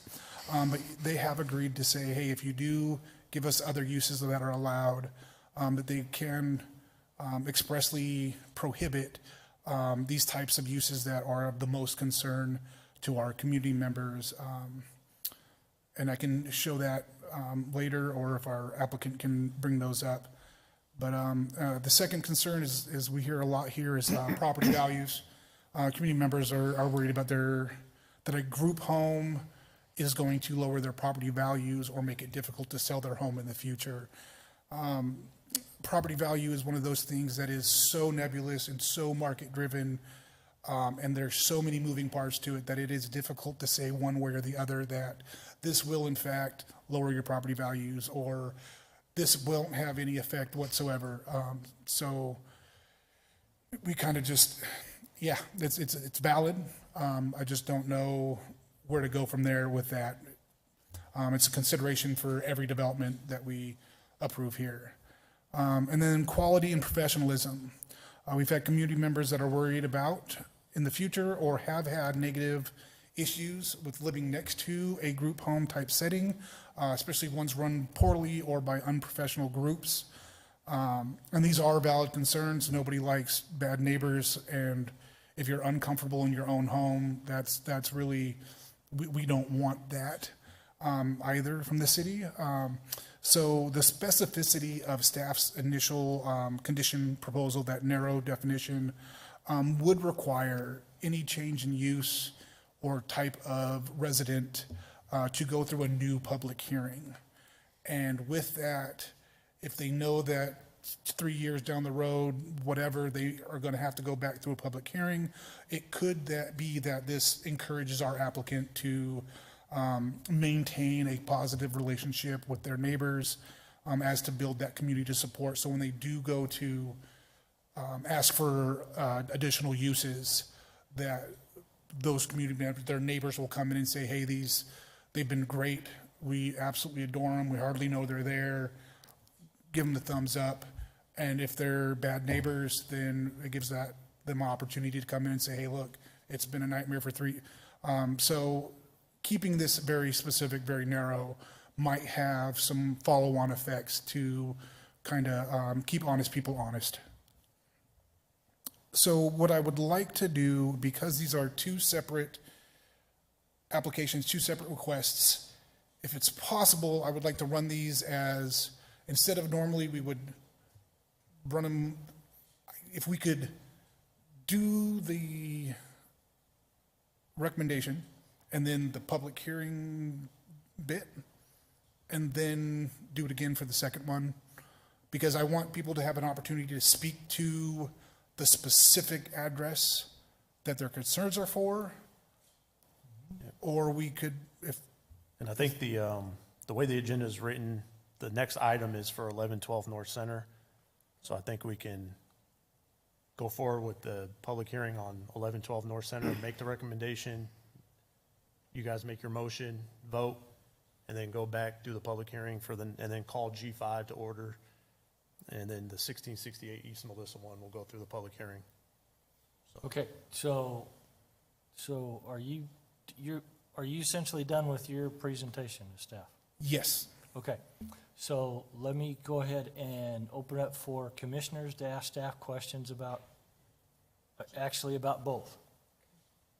If that's all right with, yep. So do you have questions for staff, commissioners? I have one. Yes, sir. What constitutes a child? Under 18? Under correct, it would 16? be a juvenile under the age of 18. Any age up to 18? Correct. And how many bedrooms are in each of these houses? I believe they are both 4-bedroom homes. And are they going to be like one house has all males, one house has all females? I mean, are they going to be mixed? I do not know the makeup of the specific children, and I think that's going to be one of those things that is fluid as children come into the city, and I will let our applicant discuss it, but I believe as the children come into need, they'll be placed, and then as that child transitions back into preferably a safe home that they belong to, or some other arrangement that's going to be back and forth on a case-by-case basis. So these are just short-term, you're saying? I mean, They could be. They could be long-term. Again, that's another, I'll let my applicant speak to the specifics of. And then how long has this applicant been doing this? How long, and how many homes has he had already? Or he or They're she? a well-established group home. They have other group homes. Here in Casa Grande? I'm not sure if they've got more in this in Casa Grande. We'll get them up here. I hope they're here. Okay? Okay, any other questions for staff? No, I'm not shutting you down. that's You've okay. got I other tell him- questions asked? No, that's fine. Okay. Okay, now, now if we can with the applicant or their representative, please come forward and, well, we could address both issues if that fits with what you have. Oh, yeah, sure. Good evening. My name is Sam Richardson. I am an attorney and I represent Empowerment Life Services. My address for my office in Phoenix is 7600 North 16th Street, Suite number 100, Phoenix, Arizona 85020. Empowerment Life Services address is 5564 East Garnet, Mesa, Arizona 85206. So first off, we are interested in expanding the use from simply DCS placements to also placements from the Tohono O'odham tribe and the Ak-Chin tribe as well. And other acceptable uses for the group home property would also include developmentally disabled residential services for housing individuals with developmental or intellectual disabilities who require supervision or supportive services in a home environment. Youth Transitional Living Program, which is for residential support for youth aging out of foster care or experiencing homelessness, with emphasis on life skills, education, employment readiness. Emergency shelter for children, which would include temporary licensed housing for minors requiring immediate placement due to unsafe or unstable living conditions. Licensed behavioral health children's facility, which would entail residential treatment and support for children or teens with behavioral health needs. Non-criminal, they're not part of the criminal system. Pregnant and parenting teen home, which would include licensed care for pregnant or parenting teens, often still under state care or supervision, providing a stable environment and life skills education. Specialized education support housing, which would include housing for youth enrolled in therapeutic day programs or special education services requiring structured residential support. Faith-based residential programs, which would include licensed group home offering, structure biblical mentorship, life skills in a spiritually supportive setting for adults and minors who are dealing with difficult life events such as divorce, loss of spouse, loss of child, unplanned pregnancies, etc. And then finally, elderly assisted living home, which would include licensed residential care for elderly individuals who need help with daily living activities but do not require full-time medical care.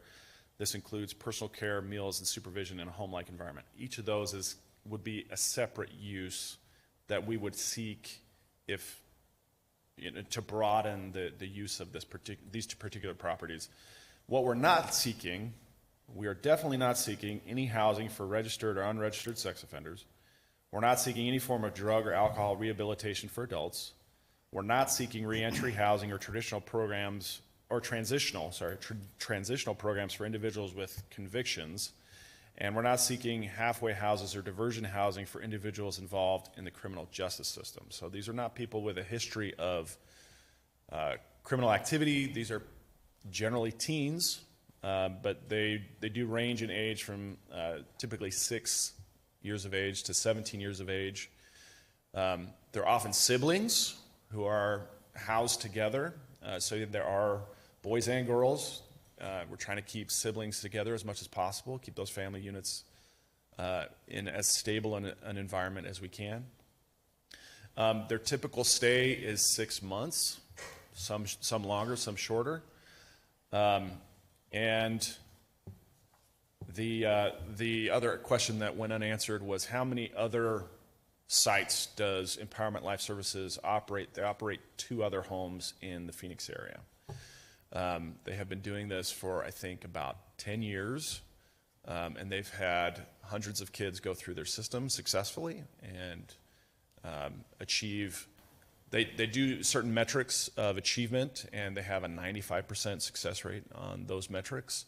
And then they have what they call life they're like checkpoints, but like life achievements where they boast an 88% success rate on those kind of checkpoints, those grading checkpoints.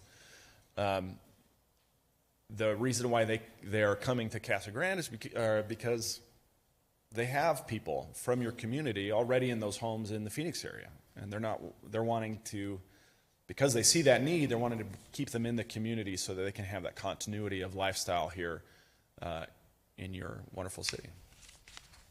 So with that, any questions? I have a question. The homes that are in Mesa right now, they're male and female together? Yes. And ages 6 to Yeah, 17? they're generally siblings that they're trying to keep together. Okay, well, I have a little problem with that, just especially with the ages of 6 to 17, because a 11-year-old boy's got different thoughts than a 10-year-old girl, and I got some problems with that. That's true. It's also not Lord of the Flies. They do have staff that are present at all times. I still have problems with that, though. And the staff, I do want to mention the staff is certified in CPR training, in a lot of counseling.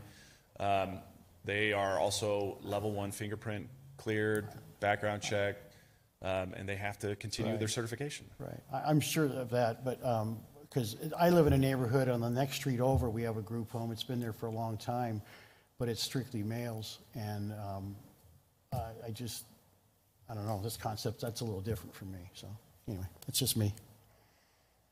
I get to keep them together, I get that 100%, I get them being in our own community, I get that too, but, there's too many opportunities for things that, well, never mind. Okay. I have a question along those same lines. There's a variety of uses that you proposed, and some of those don't work together, you know? Oh, yeah, we're not proposing that they all be done at the same time. Okay, that's what I They'd was be kind of separate. wondering. Right. The house would be functioning as a emergency shelter for children, if that's the intended use at the time? That's correct. Okay. Yes. Will the kids be leaving the home every day, attending school? Generally, yes. Yeah. Tell me about the staffing. So how does the staffing work? So there's various shifts, but the staff are on site. None of the staff is there 24/7 individually, but they have shifts that cover the 24/7 period.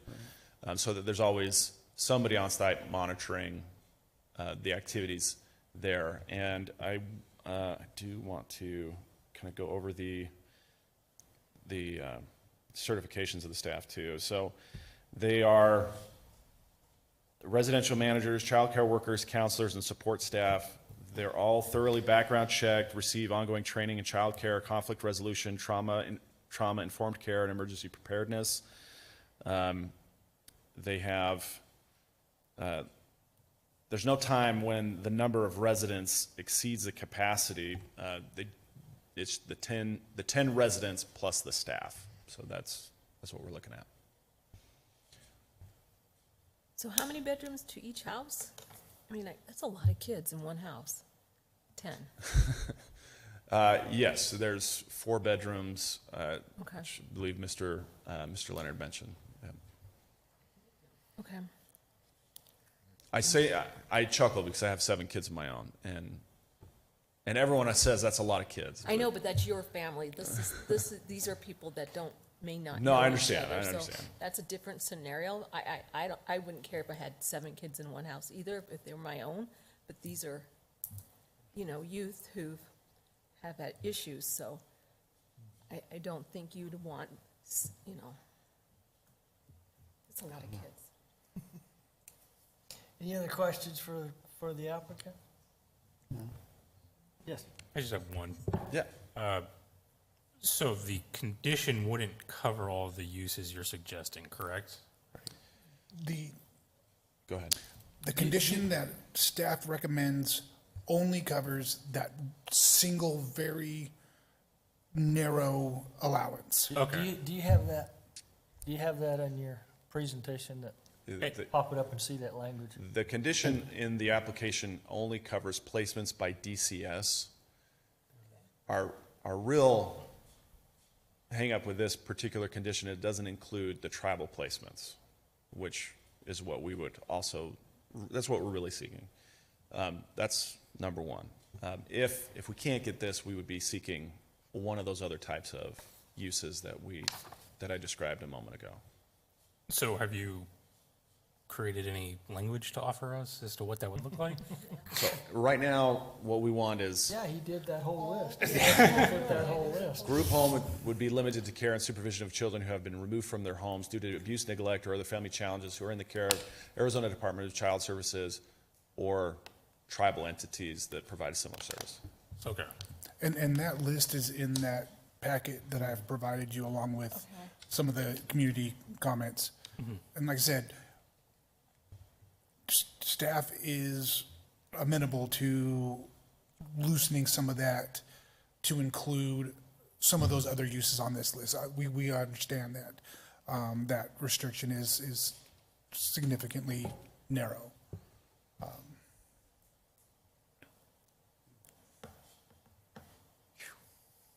And then who monitors the group home to make sure they're following these guidelines once they're already taken place? As in what governmental entity? Making sure or that what licensing entity? That plus making sure that you do have kids between under 17 and under, making sure that you're following the guidelines, you know. Yeah, it's the state of Arizona Department of Child Safety. And they're, DCS. yeah, Well, but they're, I was just gonna say, Right. Given this limited one, it would be DCS. If we expand it to the list that you have, Yeah, it would also it would include be a whole different DES. group. Yeah. Oh, and I'll introduce Cindy Prezzetti, who's our program director. She has some additional comments to add.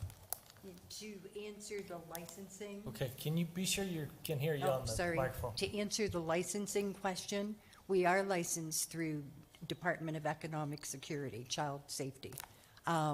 We are monitored by not only them, and we are monitored quarterly, and then we renew annually. We also have the fire marshal that comes out yearly for an inspection. We have Department of Health that comes out yearly for an inspection. So even though we are licensed just by one entity, we're monitored by many. Financially, we have to supply yearly a financial audit to the state to make sure we're handling our finances in a fiscal manner. Your question about staffing, we staff 2 people to a house. So even though you may have 10 kids, you have 2 adults there all the time with them. And they are trained, and I think that you've explained the extensive training they go through. so the 2 people that are there at all times, 24 hours a day, are they just counselors, or are they just, what's their certification?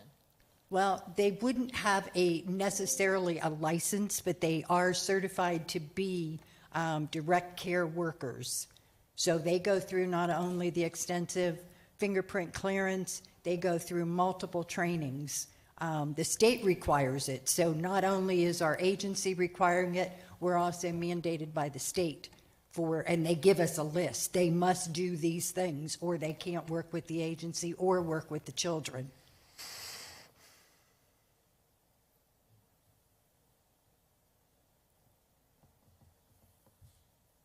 Any other Do you have questions? anything that shows your past history, like that we can go online to look up, like? Yes, there is a failures, website passing? for the agency.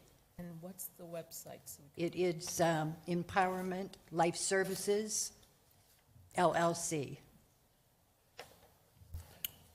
Yes.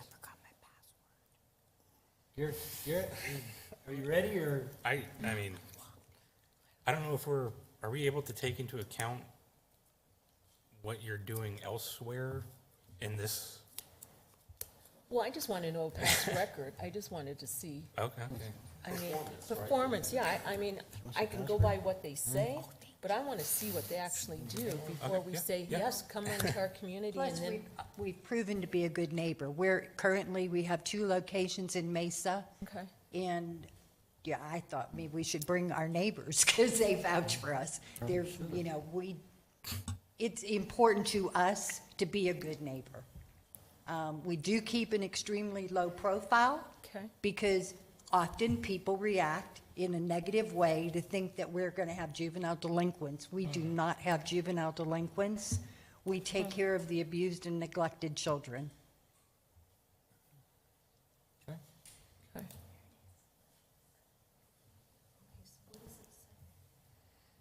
Exactly.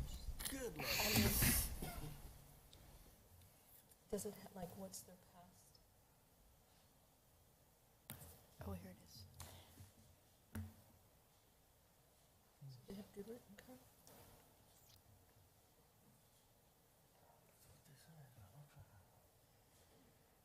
I just want to be sure we don't invite people into our neighborhoods. No. I think, just personally, you know, I feel more comfortable with what planning staff's recommending, including the Yeah. tribal entities as a more specific end user, I guess, so to speak. I don't Yeah. know. It feels too wide open for me with all the Me other. too. But Okay. I'm to with me, you. this makes more sense. Okay. Any other questions for the applicant? No. Okay, thank you. Thank you. Appreciate that. Now I'd like to open the public portion of the meeting. If anybody from the public like to address this issue. One Yes, second.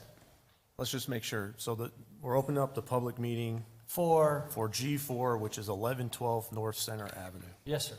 Oh, okay, thank you. Appreciate you specifying that. I'm just going to go in order of the agenda. Yeah, no, appreciate you specifying that. Thank you, Mark. Okay, anybody like to address it for the one on Center Avenue? Okay. Seeing none, I'll close the public portion of the meeting for Center. that issue, and then we want to vote on it? Yes, we need to vote, and then we'll go And to then do the G5 next and one. open it back up. Yeah. Okay? Yeah, we need to hear. Sorry.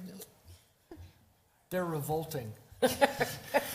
Mark, is there any way we can hear open the other public hearing too, or no? We gotta vote. Well, we should go in order first. I mean, it's the way it is on the agenda. That's the way it was put on the agenda, so. Okay. Can I interrupt for a second? I know No. it's rude, but I can answer all of your questions as a resident, because I asked them all. I have the standing report here Okay, that you or somebody was looking for, but I'm the next property. hang on. Okay. No, we have to go in order. It's, the public But you portion is still still can talk open, so about you're whatever welcome you to want come to talk speak. about. Yeah. But I'm not 300 feet away from the house. It doesn't matter. That's Anybody- okay. Anybody can speak at the Come on, public come hearing. on forward and tell us what you think about it. So my name is Kevin DeVoe, and I live at 1674 East Valerie Street, and I am 300 feet away from what I think you're calling the Opal House. It's the first time I saw it The one referred to on as that. Melissa Avenue, okay? Okay. I've been retired for 25 years, and I'm a busybody. So when I got the thing in the mail, I ran around to all the neighbors to see what they knew and what they didn't know. And I called Samuel, and Samuel was tremendous in sharing information. I also called the applicant and spoke to him at great length, and he emailed me everything I asked him for. So with regard to your question about bedrooms and kids, it was explained to me that the house that's going to be close to me is 4 bedrooms, and the Department of Services says 4 kids in the master, 2 kids in every other bed, and they're all in bunk beds. Okay, just to answer that question. You asked a question about boys and girls. I'm a divorced parent, and my children were moved 1,000 miles away from me, and the idea of splitting up siblings is a horrible idea, and I don't care what their sex is. They're already losing their parents. Take them out of their school and their friends and their family, and you might as well just shoot them. Okay? My kids had everything available to them, and they're still traumatized. okay? So kids that don't have that behind them, now, and I'm one of the neighbors, right? I'm affected by this. Second thing, I'm a retired technology guy, so I ran AI, since that's the new thing that everybody wants to talk about, and I used 2 different ones, and I asked it to write a report for me about the effect on property values for licensed children's homes.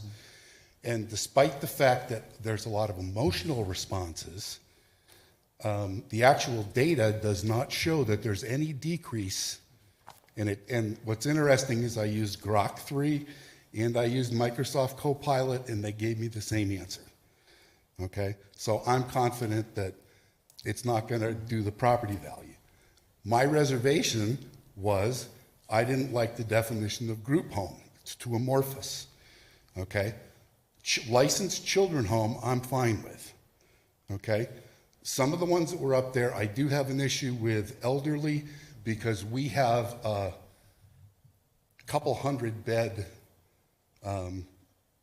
assisted living center at the end of Valerie Street.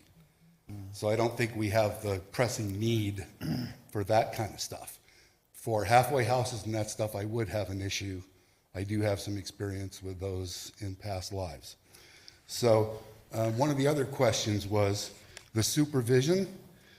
They had to respond to an RFP. Go Do I ahead. have to shut up now? No, go ahead for a minute. We'll give you another minute. Because that's really hard for me. We'll go ahead another minute. I wasn't kidding about being a busybody.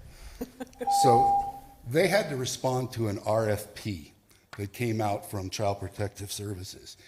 Do you know that they have to have a Swahili interpreter accessible to them? Farsi, Swahili, Arabic. I mean, the stuff that, I mean, the RFP was just so restrictive. And I also downloaded from the Child Protective Services that said that the home that they operate, Jasper House, which is in Mesa, I believe, was in good standing as of 5/27/24.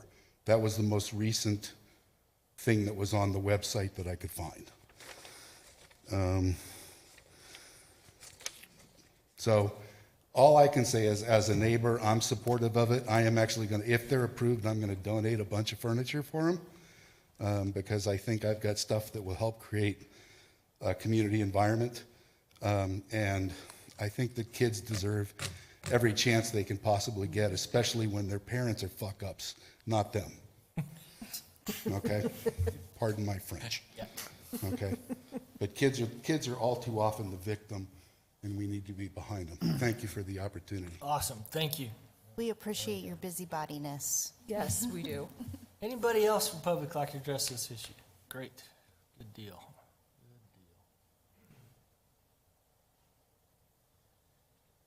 Please give us your name and address for the record. Marcus Romero. My home of record is 1678 East Melissa Street. It's where I grew up, 2 houses down. I've currently moved, but my retired parents still live there. And a lot of the neighborhood, I know that neighborhood, I grew up there, and a lot of the residents are concerned about the type of people. I get it, we all want to help kids. I had a business helping kids in this city myself. The road to hell is paved with good intentions. And even if the perceived property value doesn't go down, sometimes the quality of life for those people who worked 30 plus years in this town, bought a house there, raised a family there, and retired there, who just want to retire in peace, want to keep that peace. And it's a great idea. I'm all about helping kids, but I don't think a family residential area is the place to do it. I'm sure there's plenty of places for them, but single family homes should go to single families, not out of town businesses for financial gain. I struggled buying a house here. I'm a vet. I would have loved to buy a house 2 doors down from my parents so I could watch them and aid them in their retirement. Unfortunately, the market goes to the highest bidder, but the neighbors that I spoke to want to see families in those homes. They don't want businesses in and out of there. They don't want different residents in and out of there. Growing up, there was 2 special needs homes. We got knocks in the middle of the night. We got police up and down the street. We got firefighters, first responders, all in that area. The same house. 10 kids with no family with 2 people watching them. To me, that just doesn't seem safe. You know, we grew up with 6 people in that house, and it was crammed. And it is a concern. It's a good cause, but I don't think it should go in a family residential area. We were told promises when the Walmart went up there that there wouldn't be graffiti, there wouldn't be panhandlers, there wouldn't be tents in the back of it. That's all you see when you go down there. All those stuff came to fruition. Everything those people were concerned about. The cities, the streets are tagged. There's shopping carts everywhere, tents where there used to be parks where we used to play. Things happen, you know? Like, I get it. People are down on their luck, and kids shouldn't suffer. But neither should single-family residents who retired, work for this town, who want a lot of them don't even think their voice could be heard anymore. They just feel like something goes up, and whoever has the most money, they get the yeses. And so I'm concerned for the safety and the well-being of my parents and the parents next to me who grew up there, and I don't want to see them either be forced to sell or move or feel uncomfortable in their own neighborhood. And I just hope you guys consider that in your judging. Thank you. Thank you. Appreciate that a lot. Anybody else like to address this issue? Okay. Seeing none, I'll close the public portion of the meeting for G4 and bring it back to commission.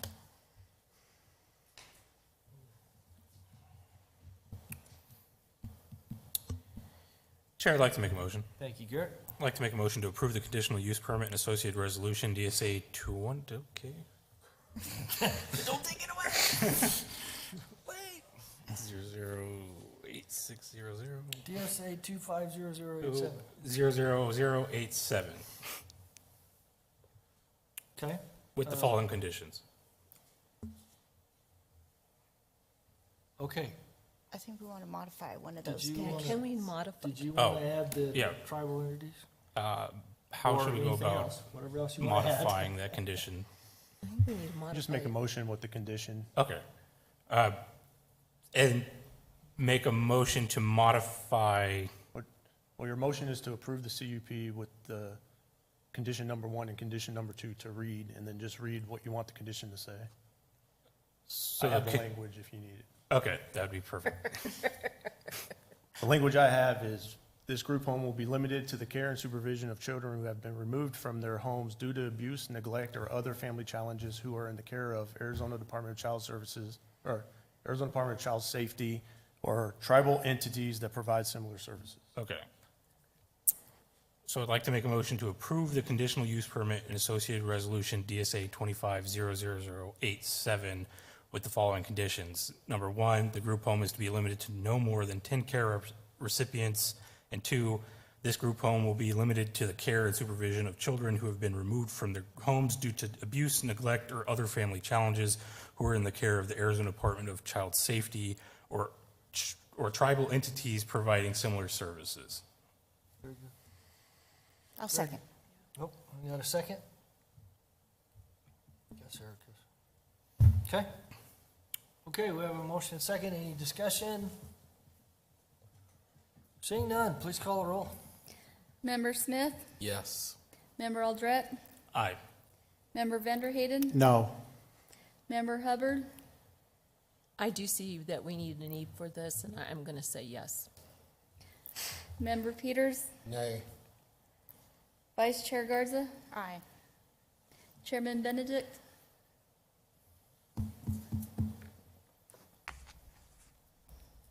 Yeah, I mean, it's passed anyway. Yeah, we need it, no question. I like that we've restricted it. The others were certainly too much ocean, and enough of my talking. I vote aye. Motion passes. So we're on to G5. We have had the presentation for G5, DSA 250083, and let's see. I would just ask the applicant if they want to come. Yeah, I was going to say, should the applicant or their representative like to address this issue? Thank you, council. We'll just reiterate what we've already stated. Okay, all right, thank you. So, the applicant's done, no questions for him, and now I'll open the public portion of the meeting. Would anybody like to address this issue, please come forward. Marcus Romero, 1678 East Melissa Street. I would like to reiterate what I previously said. Yes, sir. Thank you. Appreciate that. Kevin DeVoe, 1674 Valerie Street, and I want to amend one thing that I said. I talked to Valerie Street residents. I did not talk to Melissa Street residents. So he represents them, not me. I did not talk to them and get their opinion. Thank you. Okay. Okay, anybody else from the public like to address this issue? Okay, seeing none, I'll close the public portion of the meeting and bring it back to the commission.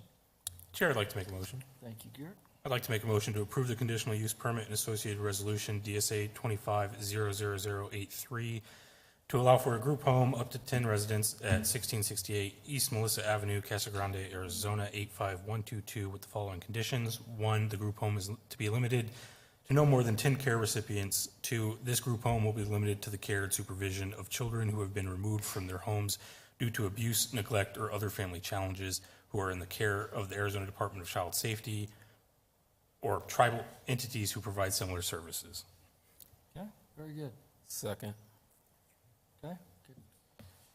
Tez, second. Okay, we have motions second. Any discussion? Okay, please call the roll. Member Smith? Yes. Member Aldred? Aye. Member Vanderhayden? No. Member Hubbard? Yes. Member Peters? Nay. Vice Chair Garza? Aye. Chairman Benedict? Yes. Okay, motion passes. Thank you. No, we're not done. Look at your agenda there. Dan's got to talk to us, I guess. Okay, we're gonna have a public hearing and consider a forwarding recommendation to City Council. The request by the Planning Department for zoning code text amendments. Director, talk to us.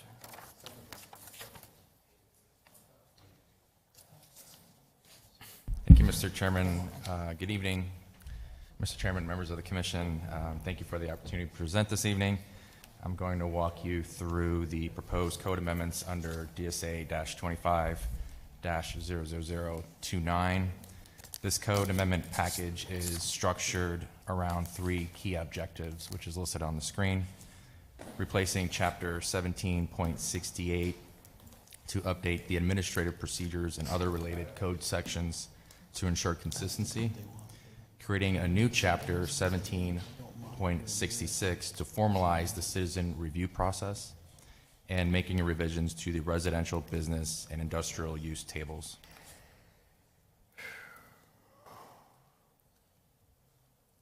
The proposed Chapter 17.68 improves clarity and organization by considering all administrative procedures into 10 articles, including site plans, conditional use permits, PADs, zoning amendments, and more. Importantly, we're incorporating the requirements of House Bill 2447. This means that site plans will now be reviewed and approved administratively by staff, not by the commission. The change aligns with state law and streamlines the review process.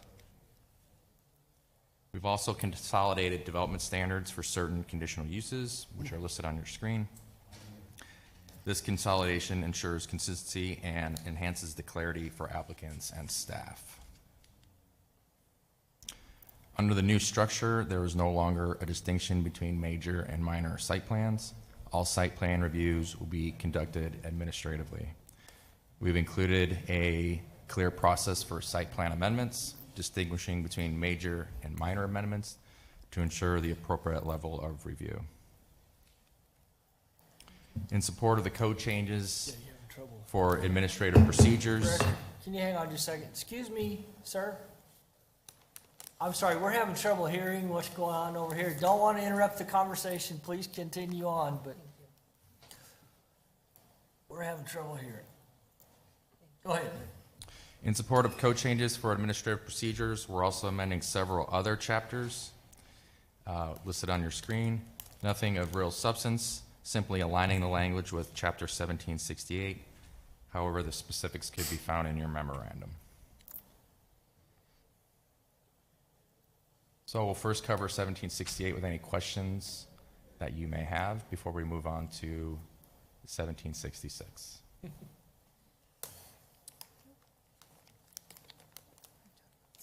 Question? So the changes, this is the changes for site plans that match the state legislation. Mostly. There's a lot of movement in the changes that we've made in 1768, so that's why we're doing essentially a repeal and replace because of all the changes, but that is the most important change that is before you tonight to reflect the new state law that was signed by the governor. Right.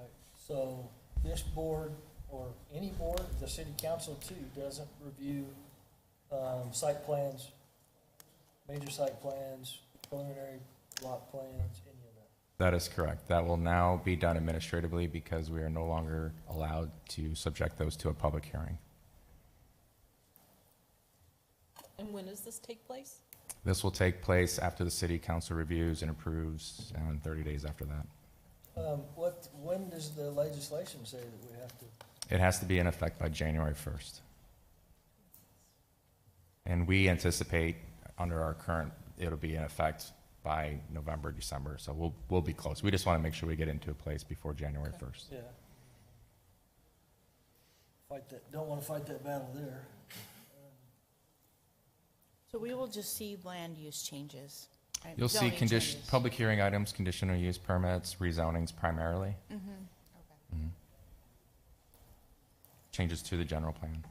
Yeah. Nothing to do. I don't think you need us anymore. This is going off at the right time. We're not doing anything. I like activity, man. I don't want We'll be out of here by 7 every night. Yeah. Let's look at the bright side. I mean, I guess it doesn't matter how we vote. There's nothing we can do about it. Yeah. But I'd love to, 1766 will help You can keep us moving. understand. Yeah, go ahead. Any other questions? I'm sorry. Let's do I 66. got lost on my 1760. on my soapbox, but, okay, please proceed.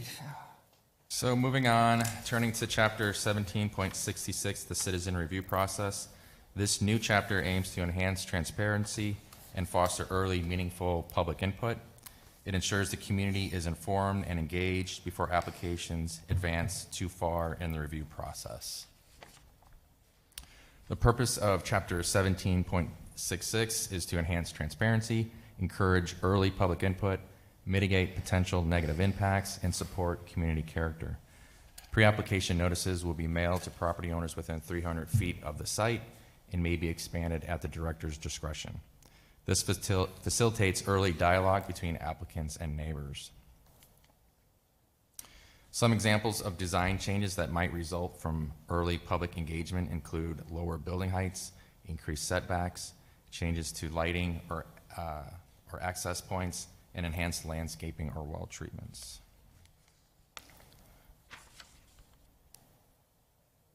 We've outlined various types of notification under this new process, including a pre-application notification for public hearing for rezonings and CUPs. This will be mandatory prior to application submittal. Currently, it is not mandatory.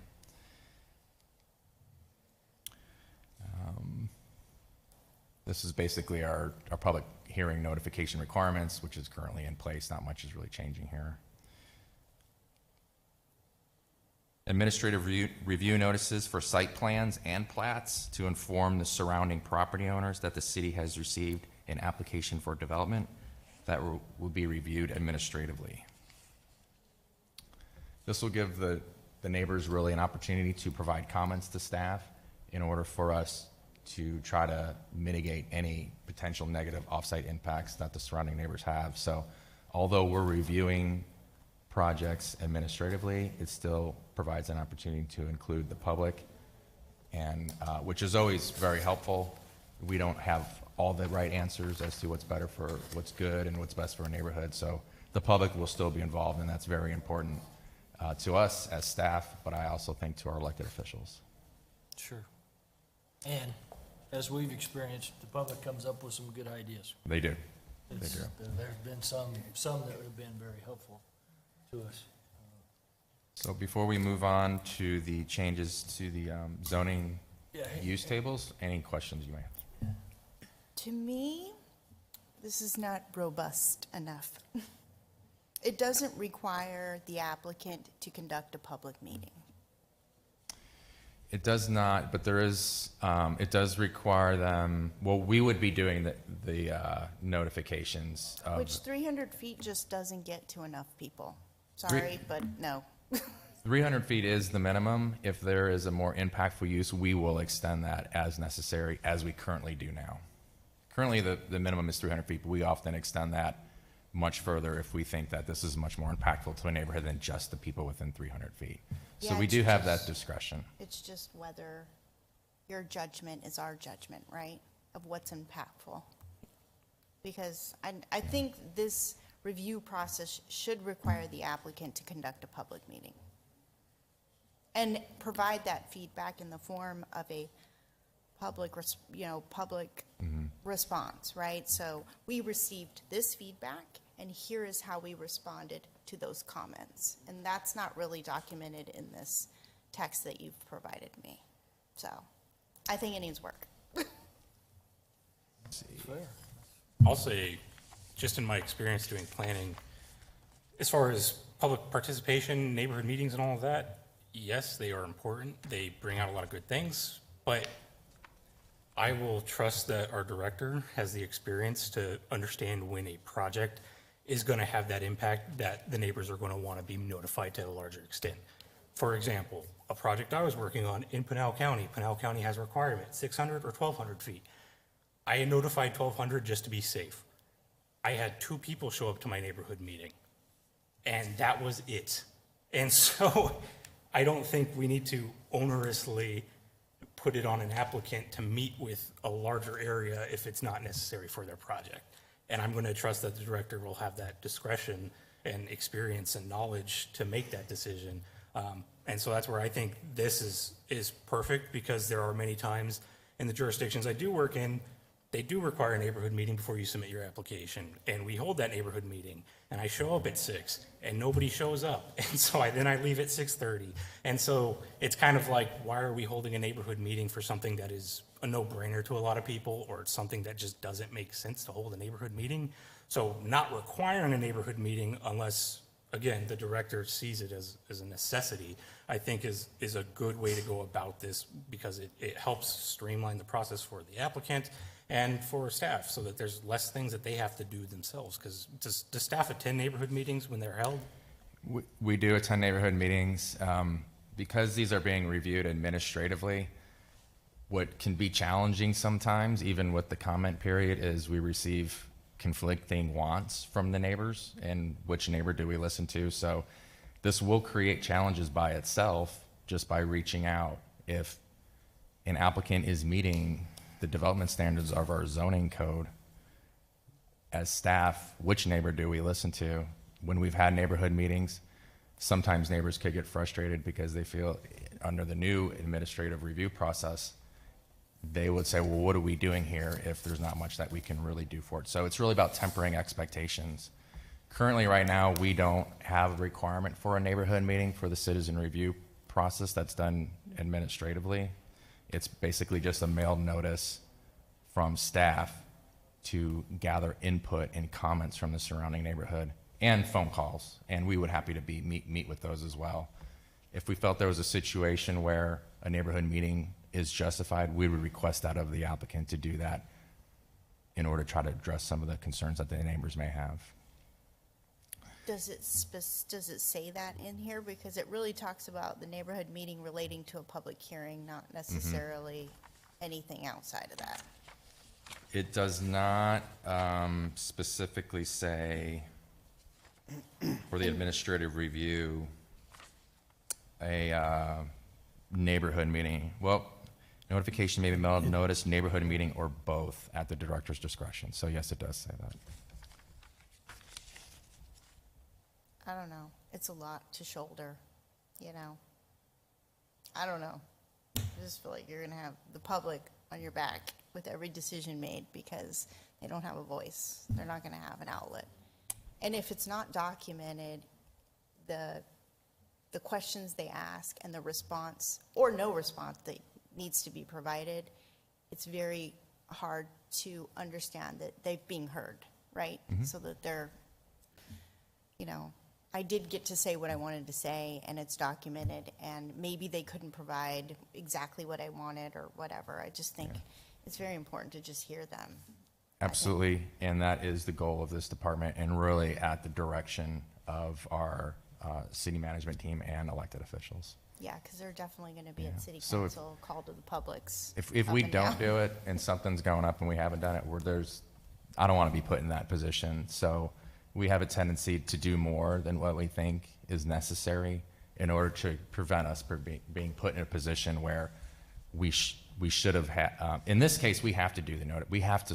We must let the surrounding neighborhood know that this application is coming in, and then from there listen to their comments. So there's no discretion there on my part whether we do that mailing or not to notify the neighbors. It's just that maybe that neighborhood meeting, would it be useful to the process or not? And again, tempering expectations of the public by having that neighborhood meeting. Mike, this notification is it more than we're doing now? I mean, because we send out the mailers, we put up the sign. Say we.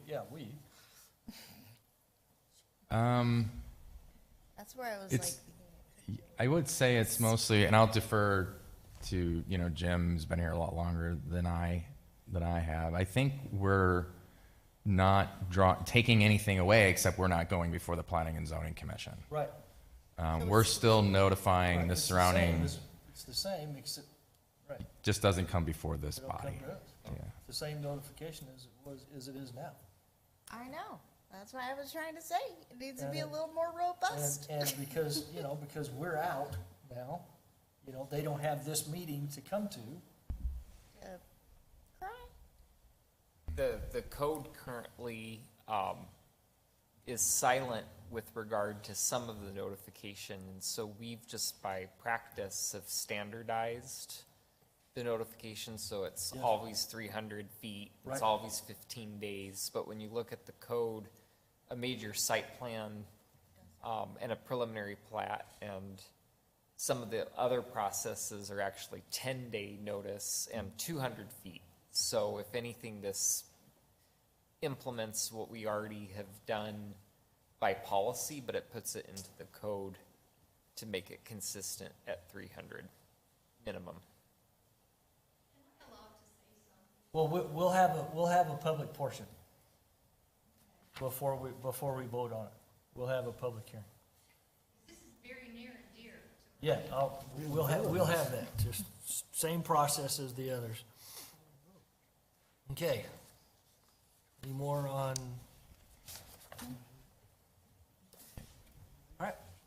And so I provided a handout before the meeting of the use tables for commercial and residential, highlighting in yellow what's changing there. We are reclassify conditional uses to permitted uses where appropriate, expand allowable uses, and remove outdated land uses. So if you have any questions about any of those changes, please let me know.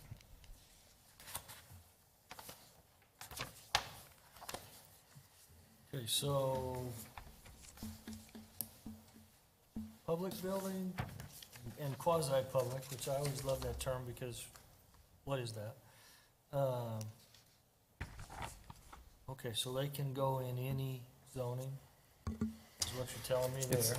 basically matching case law that essential government services, case law says they're exempt from zoning, but as a matter of policy, we would subject any essential government service to the zoning regulations.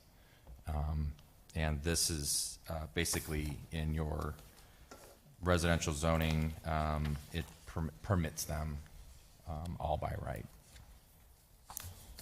Okay, and, And it permits them in business and industrial zones as well. Yeah. It was added to yeah, both. in everything. Right, Yeah, in yep. all zones, yeah. And it's permitted, so Yep, correct. it's not a conditional use. And, so there was one in here. Oh. I hope we're at the point of asking questions. Did we interrupt your presentation? I'm done. I'm ready. Yeah, Okay, I'm good. ready for you. So, what's an S building? That is per the building code. It's, I'm not sure what the S stands for, but it's not are you talking about a data center? It says battery storage Or with battery S storage. building occupancy. The S relates to the building code, so those are allowed by right as a permitted use. The H is for hazard. We would require them to go through a conditional use permit process and approval by the Planning and Zoning Commission. So I guess, So there's just two different types of building code categories that these battery storage plants could fall in. The H is more hazardous, so it has more, that Hazardous requires material. additional use, where the S is more standard. I don't know what the S stands for either, but it's more standard, so that's why they're permitted in those zones. so would it be the type of battery that decided what kind of building it went in, or what would? The building code would determine what the occupancy, whatever they're putting in the building determines what the occupancy of that building is, and so we would rely on that for. Because everybody's afraid of batteries now, because It says, sometimes they catch on fire. we have these mobile devices here. It says at you. the S building code, S1 are building storing combustible materials, and S2 buildings storing non-combustible materials. So depending on the S that it is, Yeah. there's an S1 and an S2 in Arizona. It just says S. So there could be combustible materials. So the S is, thank you, Jim. The S stands for storage. Yes. That's why you get paid the big bucks.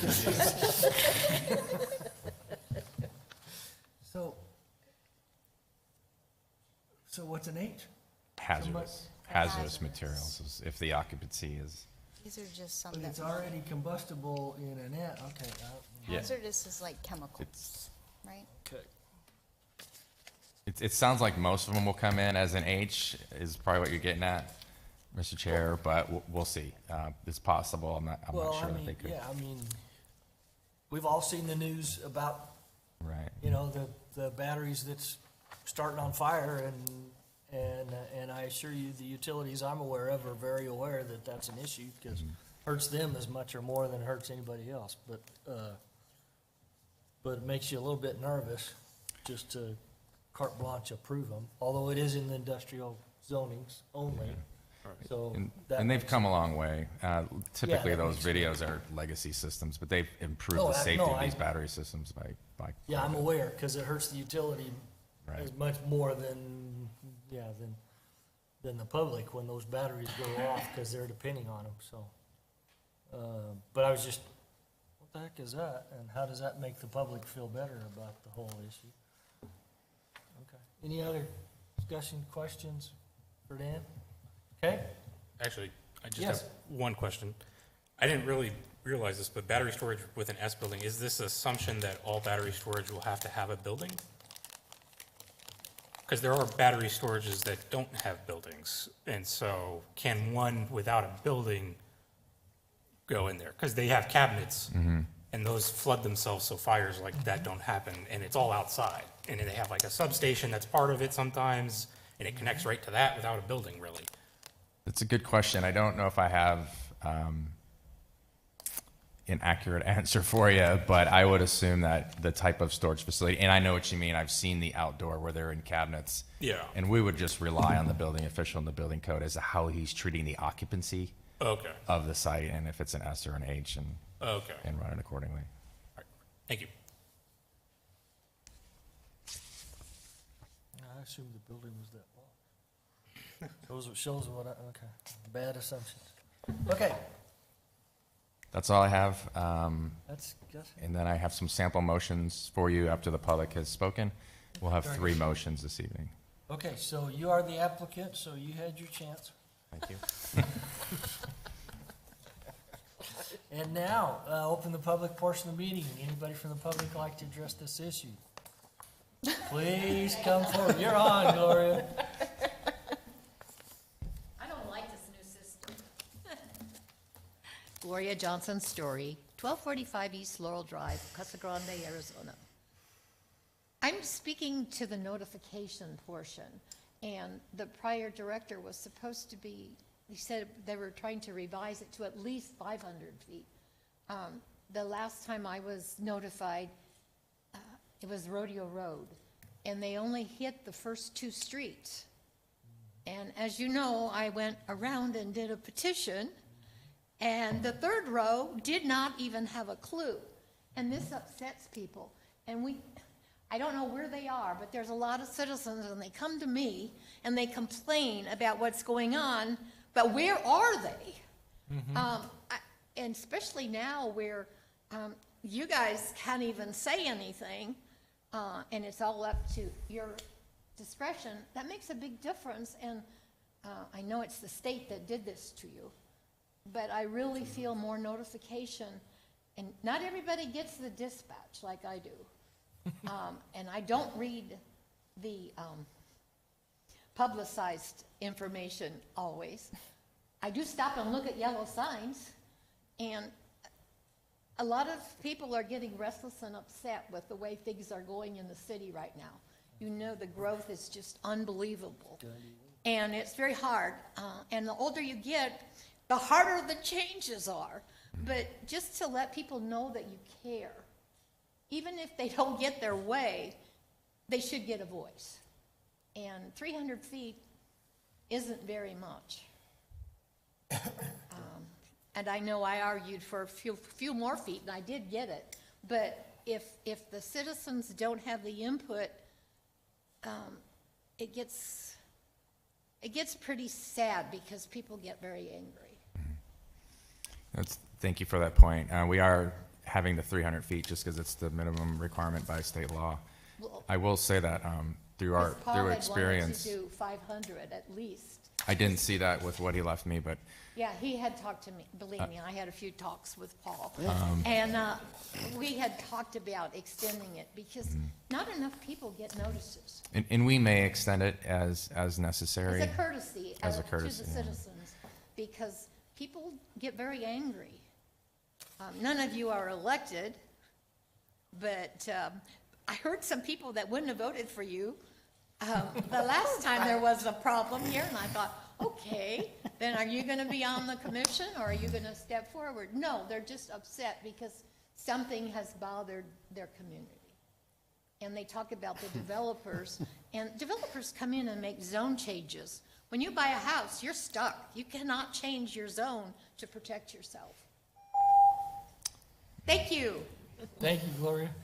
To add to our public outreach, we are also implementing a web page with what's going up in Casa Grande. It's a web map for more public, basically notification. But Nice. our experience, if it's something people don't want, it spreads much further than 300 feet all by itself. We are going to hear from people, and we do want to hear from people. The ASU tool that's being created will help us with that. You're going to be long gone. You're not using that Wonder Dial.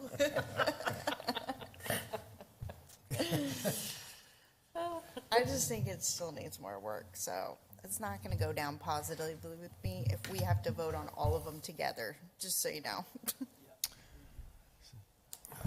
So I do have the first of 3 motions for your reference. Okay, we done. Chair, I'd like to make a motion. Okay. Mr. Chair, I move to recommend City Council approval of DSA 25-00029, a zoning text amendment to revise and replace in its entirety Chapter 17.68 Administrative Procedures Title 17 zoning and amendments to the following codes to ensure continuity with the amendments of Chapter 17.68. And I'm not going to read all those. Not gonna read everyone. I'll second that. As stated on the. As stated by Yeah. the director. Yeah. As stated on the screen. I'll second that. Okay. We have a motion and a second that voting ourselves out of a job. I'm sorry. That wasn't appropriate. Any discussion? Nope. This is just changing the fact that it uniforms the requirements and talks about the citizen review process, right? This one does not address 1766, which is the citizen review process. This is just the administrative procedures. Oh, okay. That's Just when you need to make the motion to extend the 500 feet, the 300 to something. oh, no, I'm just gonna Okay. say no. Just Yeah, there's go going to on. be 3 separate motions. The next motion will be 1766. Got it. Yep. I'm a yes for this. Okay, Ready? all right. Any more discussion? Seeing none, please call the roll. Member Smith, Yes. Member Aldred, Aye. Member Vanderhayden. Yes. Member Hubbard, Yes. Member Peters, Aye. Vice Chair Garza, Aye. Chairman Benedict. Well, I have somewhere to put down my objection to the legislation, so I'm voting no. Okay. Oh, dear. I didn't know we could vote no. The second one is the easiest. so. Otherwise. I'm impressed. Well, that's important to me, that you're impressed. That means something. There you go. We can't like the state. Well, what else you gonna do? Okay, next up is number 2 there. Yeah, 00029. Mr. Chair, Yes, sir. I move to recommend City Council approval of DSA 250029 zoning text amendment to create a new chapter 17.66 citizen review process of Title 17 zoning. Okay, Second. I have a motion and a second. No, I'm a no. Yep, okay, any discussion? Okay, hearing none, please call the roll. Member Smith, Yes. Member Aldred, Aye. Member Vanderhayden, Yes. Member Hubbard, Yes. Member Peters, Aye. Vice Chair Garza, I think it needs more work. I'm a no. Chairman Benedict. Well, a few times I completely agree with you, Oh. and I vote no. And it passes. Next, number 3. Mr. Chair. Yes. I move to recommend to City Council approval of DSA 250029 zoning text amendment to revise the following sections of Title 17 zoning, residential use table 16.030.A, business and industrial use table 17.16.030.B, 17.24.030 conditional uses allowed in the B1 zone district, 17. The list. as presented The on list of screen. presented items. Thank you very much. Okay, so let me jump back. That's the same DSA number as the one previous. It's all one DSA number, All correct? 3 of them. Very good. It'll be 3 Let's go. separate ordinances, so we're needing 3 separate motions for Shows city what- council. Shows what I noticed. Huh? Okay. Here we go. We got a motion? Do I hear a second? Second. Okay. Motion and a second. Any discussion? Seeing none, call the roll. Member Smith, Yes. Member Aldred, Aye. Member Vanderhayden, Yes. Member Hubbard, Yes. Member Peters, Aye. Vice Chair Garza, Aye. Chairman Benedict. Yes. Okay, next is reports from the director. Thank you, Mr. Chair. I'm not sure if Commissioner Peters has told everybody, but this is his last meeting. So I we was will- going there. I was gonna go there, but go ahead. We do have a vacancy on our commission. It's being advertised, and I believe it closes August 22nd, I believe. And so we'll review applications. The goal is to try to seat a new commissioner before your September meeting. Okay. Member Peters, we thank you for your Yeah. service. Thank you. welcome. Your service not only on this commission, but to the city of Casa Grande. You did a lot of work for a local utility here. Absolutely. And he put a lot of infrastructure in the ground that provided service to a lot of folks in the community, so I appreciate you Thank you. and your work here. Absolutely. We're gonna miss you. You will be greatly missed, and thank you for noting the years of lifetime of service and Yeah, that benefited our absolutely. community. Thank you. 5 years ago, when I came onto this commission, Brett and I were part of a old, white-haired, gray-haired group of old men. And since then, the commission has greatly improved because of the diversity of us now. I mean, you look at us now, and we represent everybody in this community, so, you know, it's been an honor, and I'm gonna miss, you know, this commission mostly, but it's time for another chapter in my life. I've had several chapters in my life, but this is, I'm moving to Buckeye. Gonna be with some old people out in the Verado community, so be with my own kind. So, but thank you for the opportunity for the city. I just appreciate it so much. You bet. Absolutely. Okay, I gotta carry on with my job, minor site plans, Director.